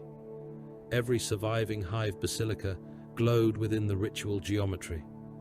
Billions of Imperial citizens still lived inside those red circles. Some were cultists, some were possessed, some remained loyal and had spent the last days killing those who were not. The ritual made no distinction between them. Vallon stared at the projected lines. If the cities remain, he said, the manifestation feeds. A colonel beside him swallowed. Yes, Lord. If the manifestation completes itself, this does not end with Gethsemane. No, Lord. It reaches the pilgrim routes, the shrine worlds, the subsector. The colonel looked toward the image of the false saint burning above the basilica. Yes. Vallon removed his cap. Transmit my concurrence. Several officers turned toward him. One began to protest. The Lord General silenced him with a look. There are no civilians left upon this world, Vallon said. There are only participants and sacrifices. We decide which they become. The Ministorum did not agree. Cardinal Threx's remaining officials flooded the command channels with condemnations. Canons, confessors, and shrine prefects invoked the sanctity of consecrated ground, the inviolability of relic cities, and the obligation to protect those still praying beneath imperial banners. Several Navy commanders joined them. Their objections filled the strategium of the shield of the God Emperor.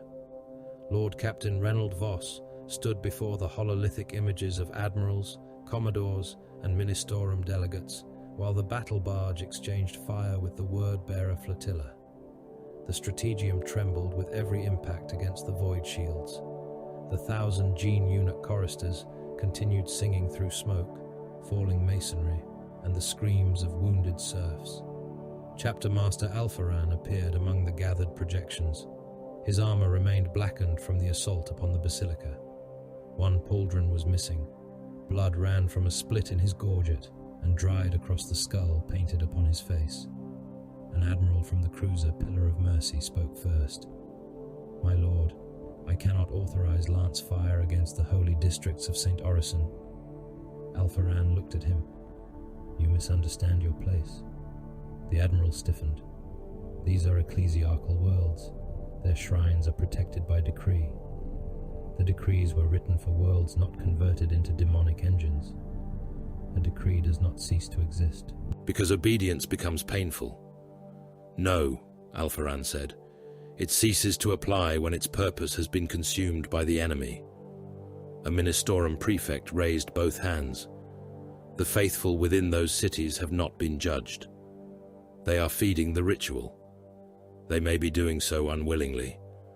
Then unwilling death will end their service to the enemy." The prefect's voice rose. "You claim guardianship of the faithful while preparing to erase them. We claim no guardianship that supersedes survival." The Admiral of the Pillar of Mercy leaned toward his hololithic transmitter. "I will not fire upon those cities." "You will." "I refuse." Alpharan's painted face remained motionless. "The Adeptus Astartes requires no civilian permission to prosecute a war against demonic corruption. I am not a civilian. You are not a Hospitaller." The channel went silent. The Admiral broke formation 10 minutes later. The Pillar of Mercy turned away from Gethsemane and drove toward the edge of the warp storm. Its escorts followed for less than a minute before command overrides returned them to position. The cruiser continued alone.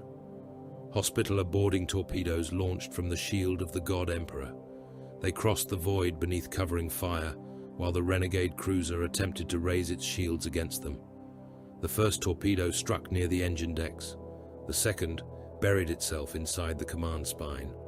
A third entered through the chapel galleries. White armored warriors emerged into corridors filled with Navy armsmen. The armsmen had been ordered to resist. Some obeyed.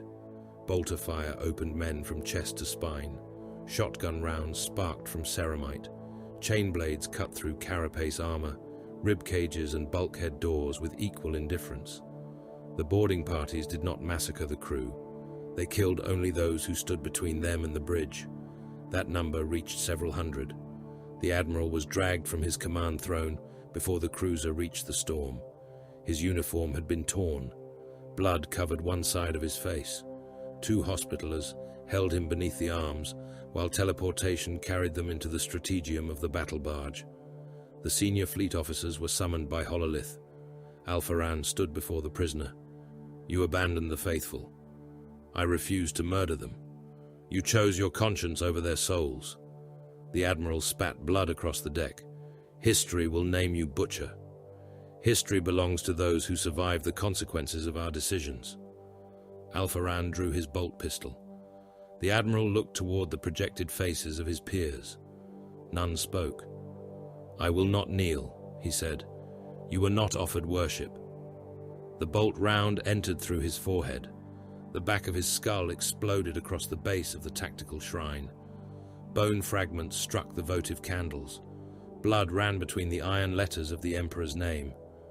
Alpharan holstered the weapon. "Return the Pillar of Mercy to formation." No further objection was voiced. Chaplain Malach Ver began the final absolution while the bombardment decks loaded. His transmission reached every functioning Vox unit on Gethsemane 5. It entered tanks, bunkers, pilgrim camps, and the sealed crypts beneath dying cities. It spoke through cathedral loudhailers already claimed by the enemy. It emerged from radios held by men whose hands had burned to the bone. Ver stood upon the basilica steps beneath the false saint's golden shadow. "People of Gethsemane," he said, Your service has reached its final hour. Across the world, men stop to listen. You have been told that death beneath Imperial fire is punishment. It is not. Punishment belongs to the condemned. You are being granted purpose. The first bombardment shell entered a firing cradle aboard the shield of the God Emperor. Servitors locked it into place. You who remain loyal will accept destruction without fear. Your flesh is temporary. Your obedience is eternal. Orbital targeting shrines fixed upon the hive basilicas. You who resist will reveal that your loyalty was always conditional. You worshipped only while worship preserved you. The chaplain raised his crozius toward the burning heavens. The God Emperor does not owe you rescue. Lance batteries aligned. He owes you judgment. The firing command passed through the fleet, and we are his hand. The sanctified scourging began. Lance beams descended through the cloud cover. They carved incandescent lines across continents. Stone became liquid. Roads split into glowing trenches. Populations vanished inside light too bright for human sight. St. Orison died first. The lance strike entered through the central spire and traveled into the hive foundations. The entire basilica city shuddered. Towers leaned inward. Processional bridges collapsed between them. Millions fell from heights that took minutes to cross. Then the foundations failed. The city sank into itself. Habitation blocks crushed lower districts. Cathedrals descended through pilgrim plazas.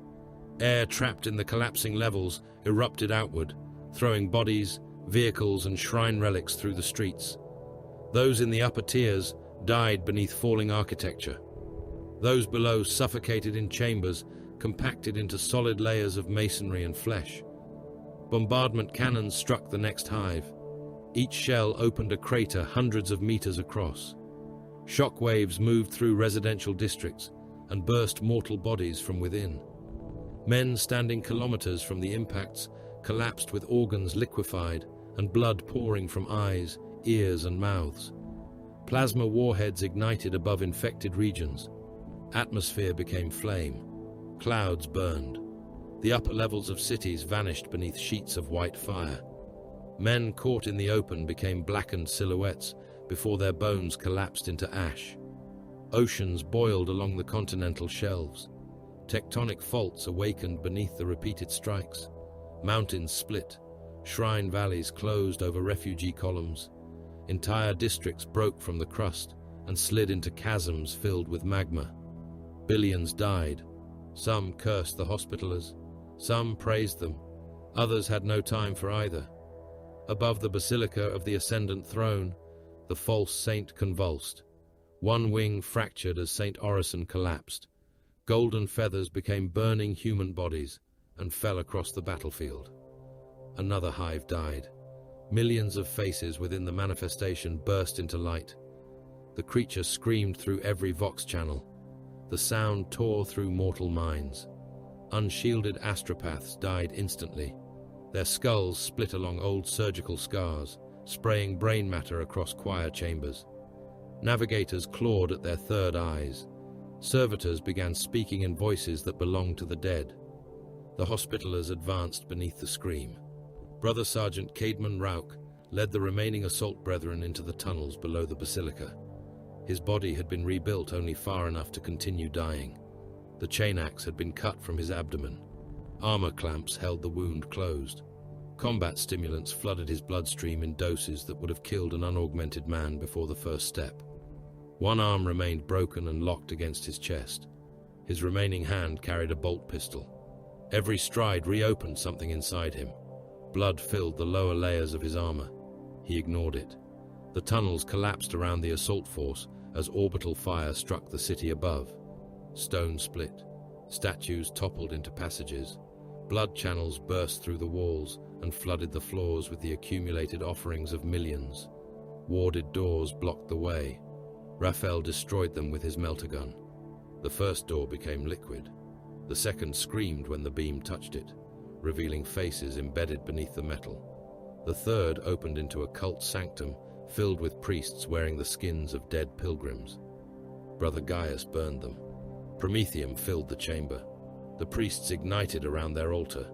Some continued chanting while their lips burned away. One tore the flaming skin from his own face and charged with the skull exposed. Rauk shot him through the forehead. The bolt detonated behind the eyes and threw the upper skull into the altar fire. The Hospitallers reached a junction crowded with their own dead. 3 battle brothers lay beneath the remains of a collapsed arch. One still lived, though his lower body had been crushed into the stone. Apothecary Hal knelt beside him. The Narthecium entered the warrior's neck and removed the first progenoid gland. Possessed legionaries appeared at the far end of the passage. Raphael turned. "I will hold." Rauk looked toward him. "You will die." "Yes, that is not an order." "It is the requirement." Raphael raised his meltagun. "Take the gene seed." The possessed charged. Raphael fired. The first beam cut through a red-armored torso and turned the warrior's chest into molten ruin. The creature continued for 3 steps before its upper body slid from its hips.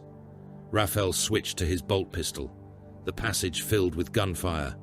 A possessed reached him and tore one arm from the shoulder. Blood struck the wall in a thick arc. Raphael fired with the other hand until a talon opened his thigh and severed the leg. He fell. The enemy surrounded him. One creature drove claws through his breastplate and pulled apart the armor covering his ribs. Another seized his remaining leg and tore it free at the hip. Raphael remained conscious.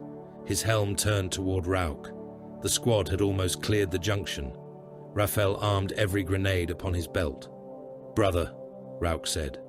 Raphael answered with the first vow, "To strike where his wrath is required." The possessed opened his chest. Raphael detonated the grenades. Fire filled the passage. Warped flesh, armor, and broken stone erupted behind the withdrawing Hospitallers. The ceiling collapsed, burying the junction beneath burning bodies. Rauk did not stop. He recorded Raphael's name. At the final sanctum, Dark Apostle Namaroth Vale waited. Alpharan's sword had opened his side. Black blood ran down one leg. The script across his armor burned with failing light. Yet the ritual still passed through him. Cables of warp fire joined his Crozius to the altar below. "You persist," Vale said. Rauk raised his bolt pistol. "I obey." The Dark Apostle struck. The Crozius entered Rauk's ruined abdomen and burst from his back. Black flame followed the weapon into his body. Armor seals ruptured. The clamps holding his wound together failed. Vale lifted him from the floor. "You are already dead." Rauk locked his broken arm around the weapon. The demon head upon the Crozius bit deeper into his organs. "Yes." He pulled himself closer. Vale tried to withdraw the weapon. Rauk's body trapped it. His bolt pistol rose beneath the Dark Apostle's chin. The first shot shattered the helm. The second burst through the jaw. The third detonated inside the throat. Vale's tongue, teeth, and spine fragments sprayed across the altar. Rauk continued firing. The 4th round destroyed the face. The 5th opened the upper chest.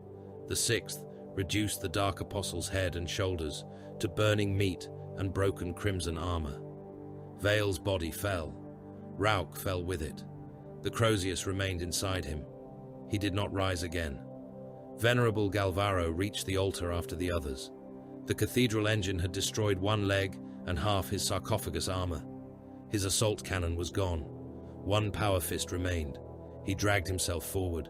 The fist struck the stone, pulled, struck again, pulled. Cultists swarmed around him. Galvaro crushed them beneath his chassis. Bodies burst under his weight. His fist closed around a man and reduced him to pulp before planting itself farther ahead. His surviving bells rang without rhythm. One note, silence, another. The false saint reached down through the broken roof. Golden fire descended toward Alpharan. Galvaro dragged himself between them. The fire struck his exposed sarcophagus. Life support tubes ruptured. Preserved blood boiled. The ancient warrior inside the coffin opened his remaining eye. "By his hand," Galvaro said through failing speakers. "The faithful are shielded." Alpharan passed beneath him. At the ritual's heart rested a crown, It was blackened by age and fire, its metal wrapped around a fragment of bone, believed to have belonged to an imperial saint. Blood flowed upward around it. The relic pulsed with the combined faith of a dying world. Alpharan reached for it. The moment his gauntlet touched the crown, the battlefield vanished. He stood within golden light. A voice spoke from everywhere. It carried the weight of terror, the agony of the throne, and the authority of a god. Mirkal Alpharan. The chapter master did not move. The voice filled his bones. I am the Emperor. The light intensified. Kneel. The voice commanded him to kneel. Mirkal Alpharan stood within golden radiance and felt the weight of the command descend through his armor, through his flesh, and into the architecture of his soul. It possessed no volume, yet it drowned the thunder of the dying basilica. It carried the authority of ancient terror, the torment of the golden throne, and the cold certainty of judgment. It knew his name.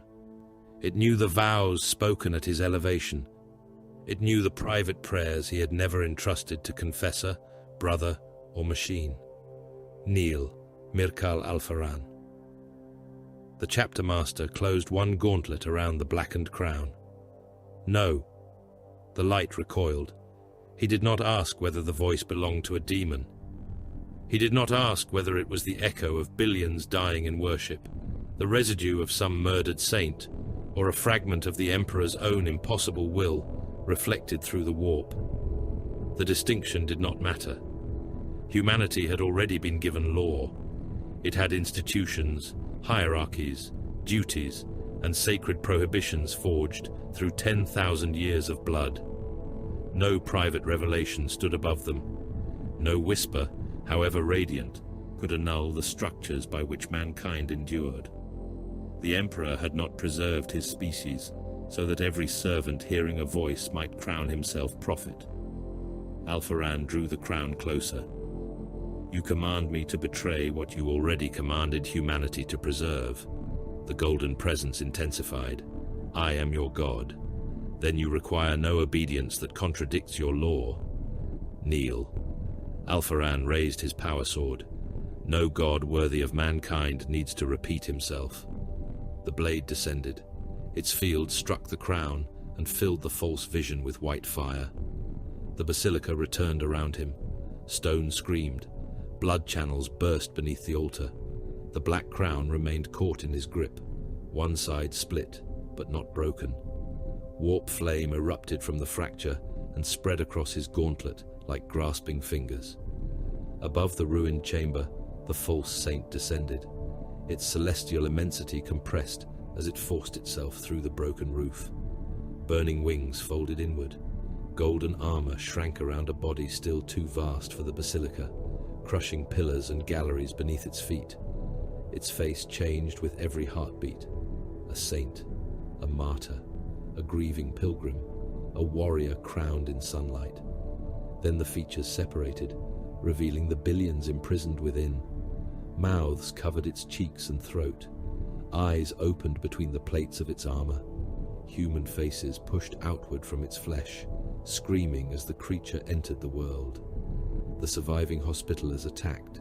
Storm bolters thundered from the transept. Veteran Sergeant Athan Serik advanced at the head of the vigil, his missing arms sealed beneath blackened armor plates. His remaining gauntlet held a storm bolter braced against his chest. The veterans around him fired in measured sequence. Mass reactive shells struck the false saint. Each detonation tore open golden flesh. Crowds of spirits poured from the wounds. They emerged as burning men, their bodies transparent and their faces twisted by the moment of death. Some wore pilgrim robes, others wore the uniforms of guardsmen, shrine wardens and voidsmen. They screamed as the demon drew them back into itself. Plasma fire struck its shoulder. The weapon burned through armor and exposed a cavity filled with joined human heads. Their mouths opened together. The sound shattered stained glass across the chamber. Thunder hammers struck its legs. The impacts released flashes bright enough to bleach color from the altar. Golden bone fractured. The demon answered with one sweep of its hand. 3 Hospitallers vanished beneath the blow. One struck a pillar hard enough to burst inside his armor. Blood and organ matter sprayed through the cracked seals. Another lost both legs and most of his pelvis, his torso spinning across the chamber, while his bolter continued firing. The third disappeared into the faces covering the demon's palm. His armor sank through the gold. For one heartbeat, his helm appeared among the screaming features. Then the creature closed its fist and crushed him within itself. "Maintain fire," Seric ordered. A Vigil veteran placed the last melter charge against the demon's ankle. The weapon detonated. White heat severed the limb above the joint. Molten gold poured across the floor, carrying teeth, finger bones, and pieces of human faces within it. The false saint fell to one knee. Its wings struck the altar chamber wall. The basilica opened to the night. Beyond it, Gethsemane burned beneath orbital fire. Hive basilicas collapsed in incandescent clouds. Continental fault lines glowed across the horizon. The sky was filled with ash, lightning, and the descending trails of bombardment shells. The creature looked upon the death of the world. Its mouth screamed. Its remaining hand reached for Alpharan. Venerable Augustine Galvaro intercepted it. His ruined dreadnought chassis dragged itself across the altar steps. One leg was gone.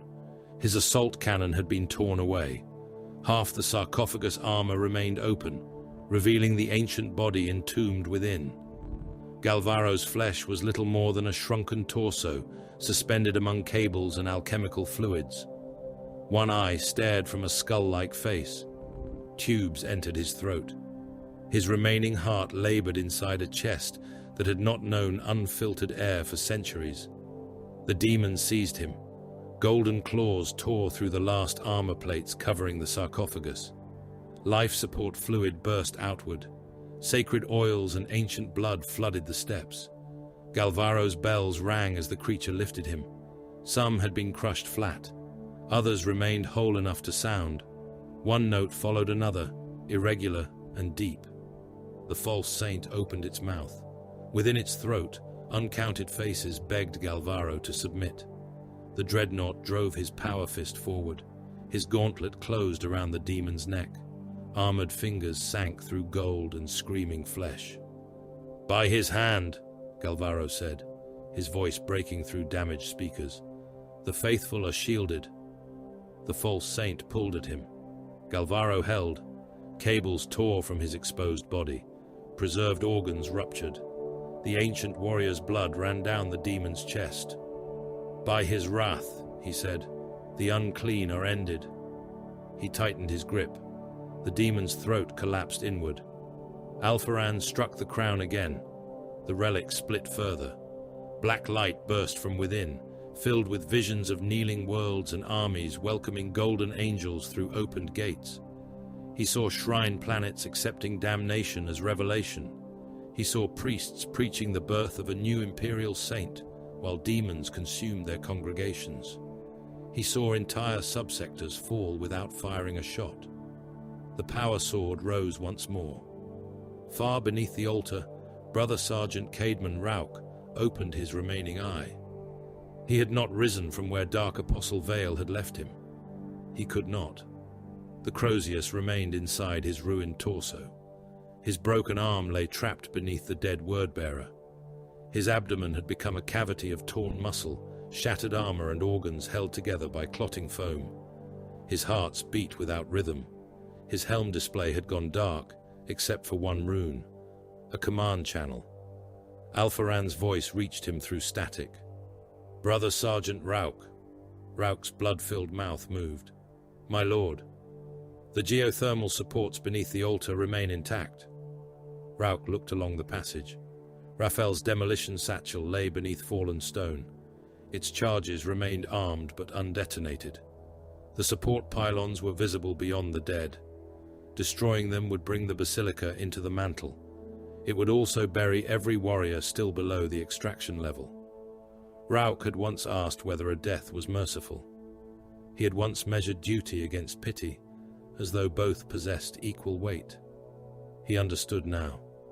Mercy belonged to those with choices. Duty began where choice ended. "Can you reach the charges?" Alpharan asked. Rauk tried to move. His body answered with pain beyond language. Yes. It was a lie. He made it true. Rauk released the lock, holding his broken arm against his chest.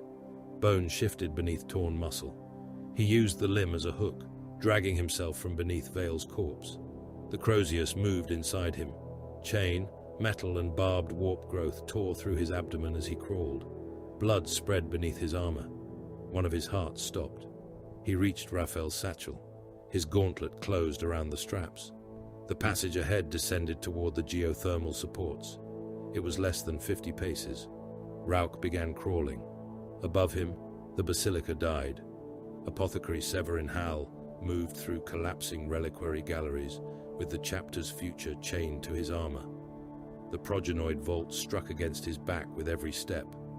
Within it rested the recovered gene seed of brothers killed across Gethsemane, Tiberan, Marcian, Raphael, Var's fallen warriors, veterans of the Vigil, whose bodies had been left aboard the orbital cathedral.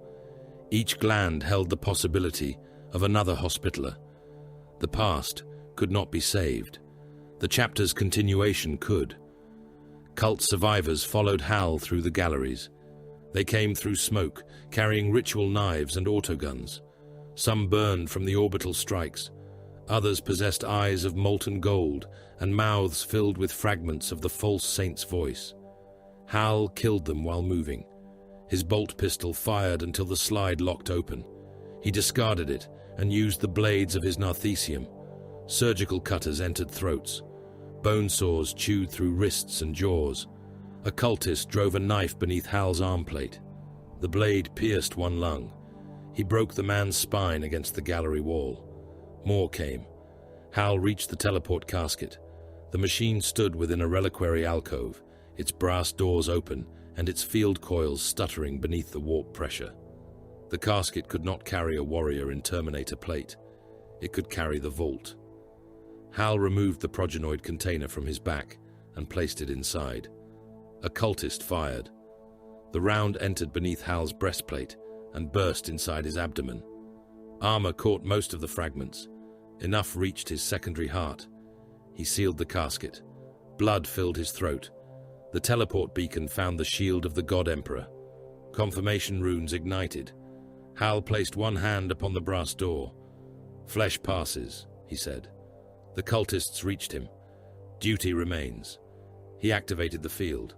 The progenoid vault vanished. Hal did not. Blades struck his armor. Hands dragged him from the casket. A corrupted priest thrust an iron spike through the lens of his helm. Hal's body convulsed. His final sight was the empty chamber where the chapter's future had been. He died without prayer. None was required. Rauk reached the first geothermal support. The pylon disappeared downward into a red glow. Heat boiled blood upon his armor. Stone around him shifted as the mantle rose through widening cracks. He fixed the first charge, then the second. The third required him to crawl across a section of floor already breaking apart. His remaining heart faltered. Rauk dragged himself onward. He heard Tiberan's voice, not from the warp, from memory. "What do we defend?" Rauk placed the charge. "His faithful." He crawled toward the final pylon. "What do we grant the faithless?" "Absolution." The support split beneath him. One leg fell into the opening. Heat burned through the armor and consumed the flesh inside. Rauk did not pull it free. He reached the final placement. The detonator rested within his palm. Alpharan's voice returned. "Complete your duty." Rauk looked upward, though stone and kilometers of basilica lay between them. "The first vow," he said, "to strike where his wrath is required." He armed the charges. "The second vow, to stand between the faithful and the darkness."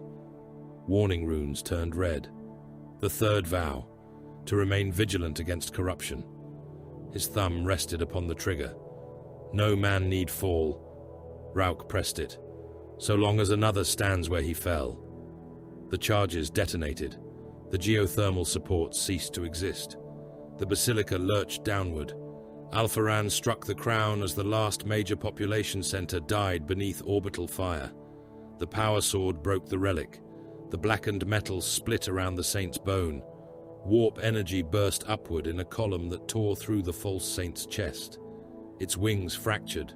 Golden feathers became burning corpses. The faces across its body separated from one another, screaming as the bonds holding them dissolved. Galvaro's power fist tightened around its throat. The demon clawed at his open sarcophagus. Golden talons entered the ancient warrior's body and tore through lungs, cables, and the remains of his spine. Galvaro closed his fist. The false saint's throat collapsed. Its head came free. The body dissolved into molten light. Millions of mouths poured across the chamber floor. They bit at stone, armor, and one another before bursting into flame. Human teeth fell in burning showers. Spirits escaped through the broken roof and vanished into the storm. The head remained in Galvaro's fist for one final heartbeat. Its features became serene. The voice of the Emperor whispered through the chamber. "You have killed my saint." Alpharan looked upon it. "No." He drove his sword through the skull. "I have killed yours." The basilica fell. Teleport beacons activated across the altar chamber. Seric vanished with the remaining vigil. Alpharan disappeared beneath falling stone. Galvaro's shattered chassis dematerialized as the altar collapsed beneath him. Dozens of Hospitallers remained below. Rauk did not transmit again. The Basilica of the Ascendant Throne descended into the mantle. Towers sank through ruptured crust. Processional bridges broke and vanished into fire. The central city folded inward until nothing remained but a crater filled with molten stone and burning relics. Gethsemane survived as a dead shrine world. Several 100 million civilians remained in isolated regions beyond the principal ritual geometry. The Hospitallers screened them. Blood was tested. Minds were examined. Dreams were interrogated. Those showing mutation died first. Those retaining psychic resonance followed. Those who had seen too much repeated forbidden words or described the false saint with dangerous reverence were designated spiritually hazardous. Entire refugee camps disappeared beneath disciplined bolter fire. The survivors learned not to ask what separated them from the condemned. Weeks later, Lord General Valen stood with Alpharan upon the observation deck of the shield of the God Emperor. Below them, Gethsemane turned through ash and storm. No city lights remained. "Can it be called saved?" Valen asked. "A world stripped of its people, its shrines, and its purpose?" "Worlds are replaceable," Alpharan replied. "And the dead?" "The Emperor judges souls." Valen looked toward him. "Billions died because you chose it. Billions died because the alternative was worse. Does that absolve us?" "No." The chapter master faced the corpse world. "Humanity survives because someone chooses which billions must die. Absolution is not required, only accuracy." The shield of the God Emperor left the Surma Apostolica system when the warp storm weakened. Its choir sang as the battle barge entered darkness. Servitors polished Gethsemane's blood from white armor. Artificers fitted new reliquary bells above Galvaro's damaged sarcophagus. The ancient warrior remained silent within, his life signs reduced to a faint and stubborn rhythm. The names of the dead entered the chapter reliquary. No grand titles were added, no victories were embellished. Rauk, Raphael, Hal, Var, and the others had fulfilled their duties. That was enough. Before translation, an astropathic signal reached the fleet. A pilgrim route was under attack. Millions of faithful were calling for aid. Alpharan listened to the message once. He issued no speech. He offered no celebration for Gethsemane, and no promise that the next world would fare better. He turned toward the Helm Shrine. "The faithful are in danger." The engines of the battle barge ignited. "Our duty has not ended."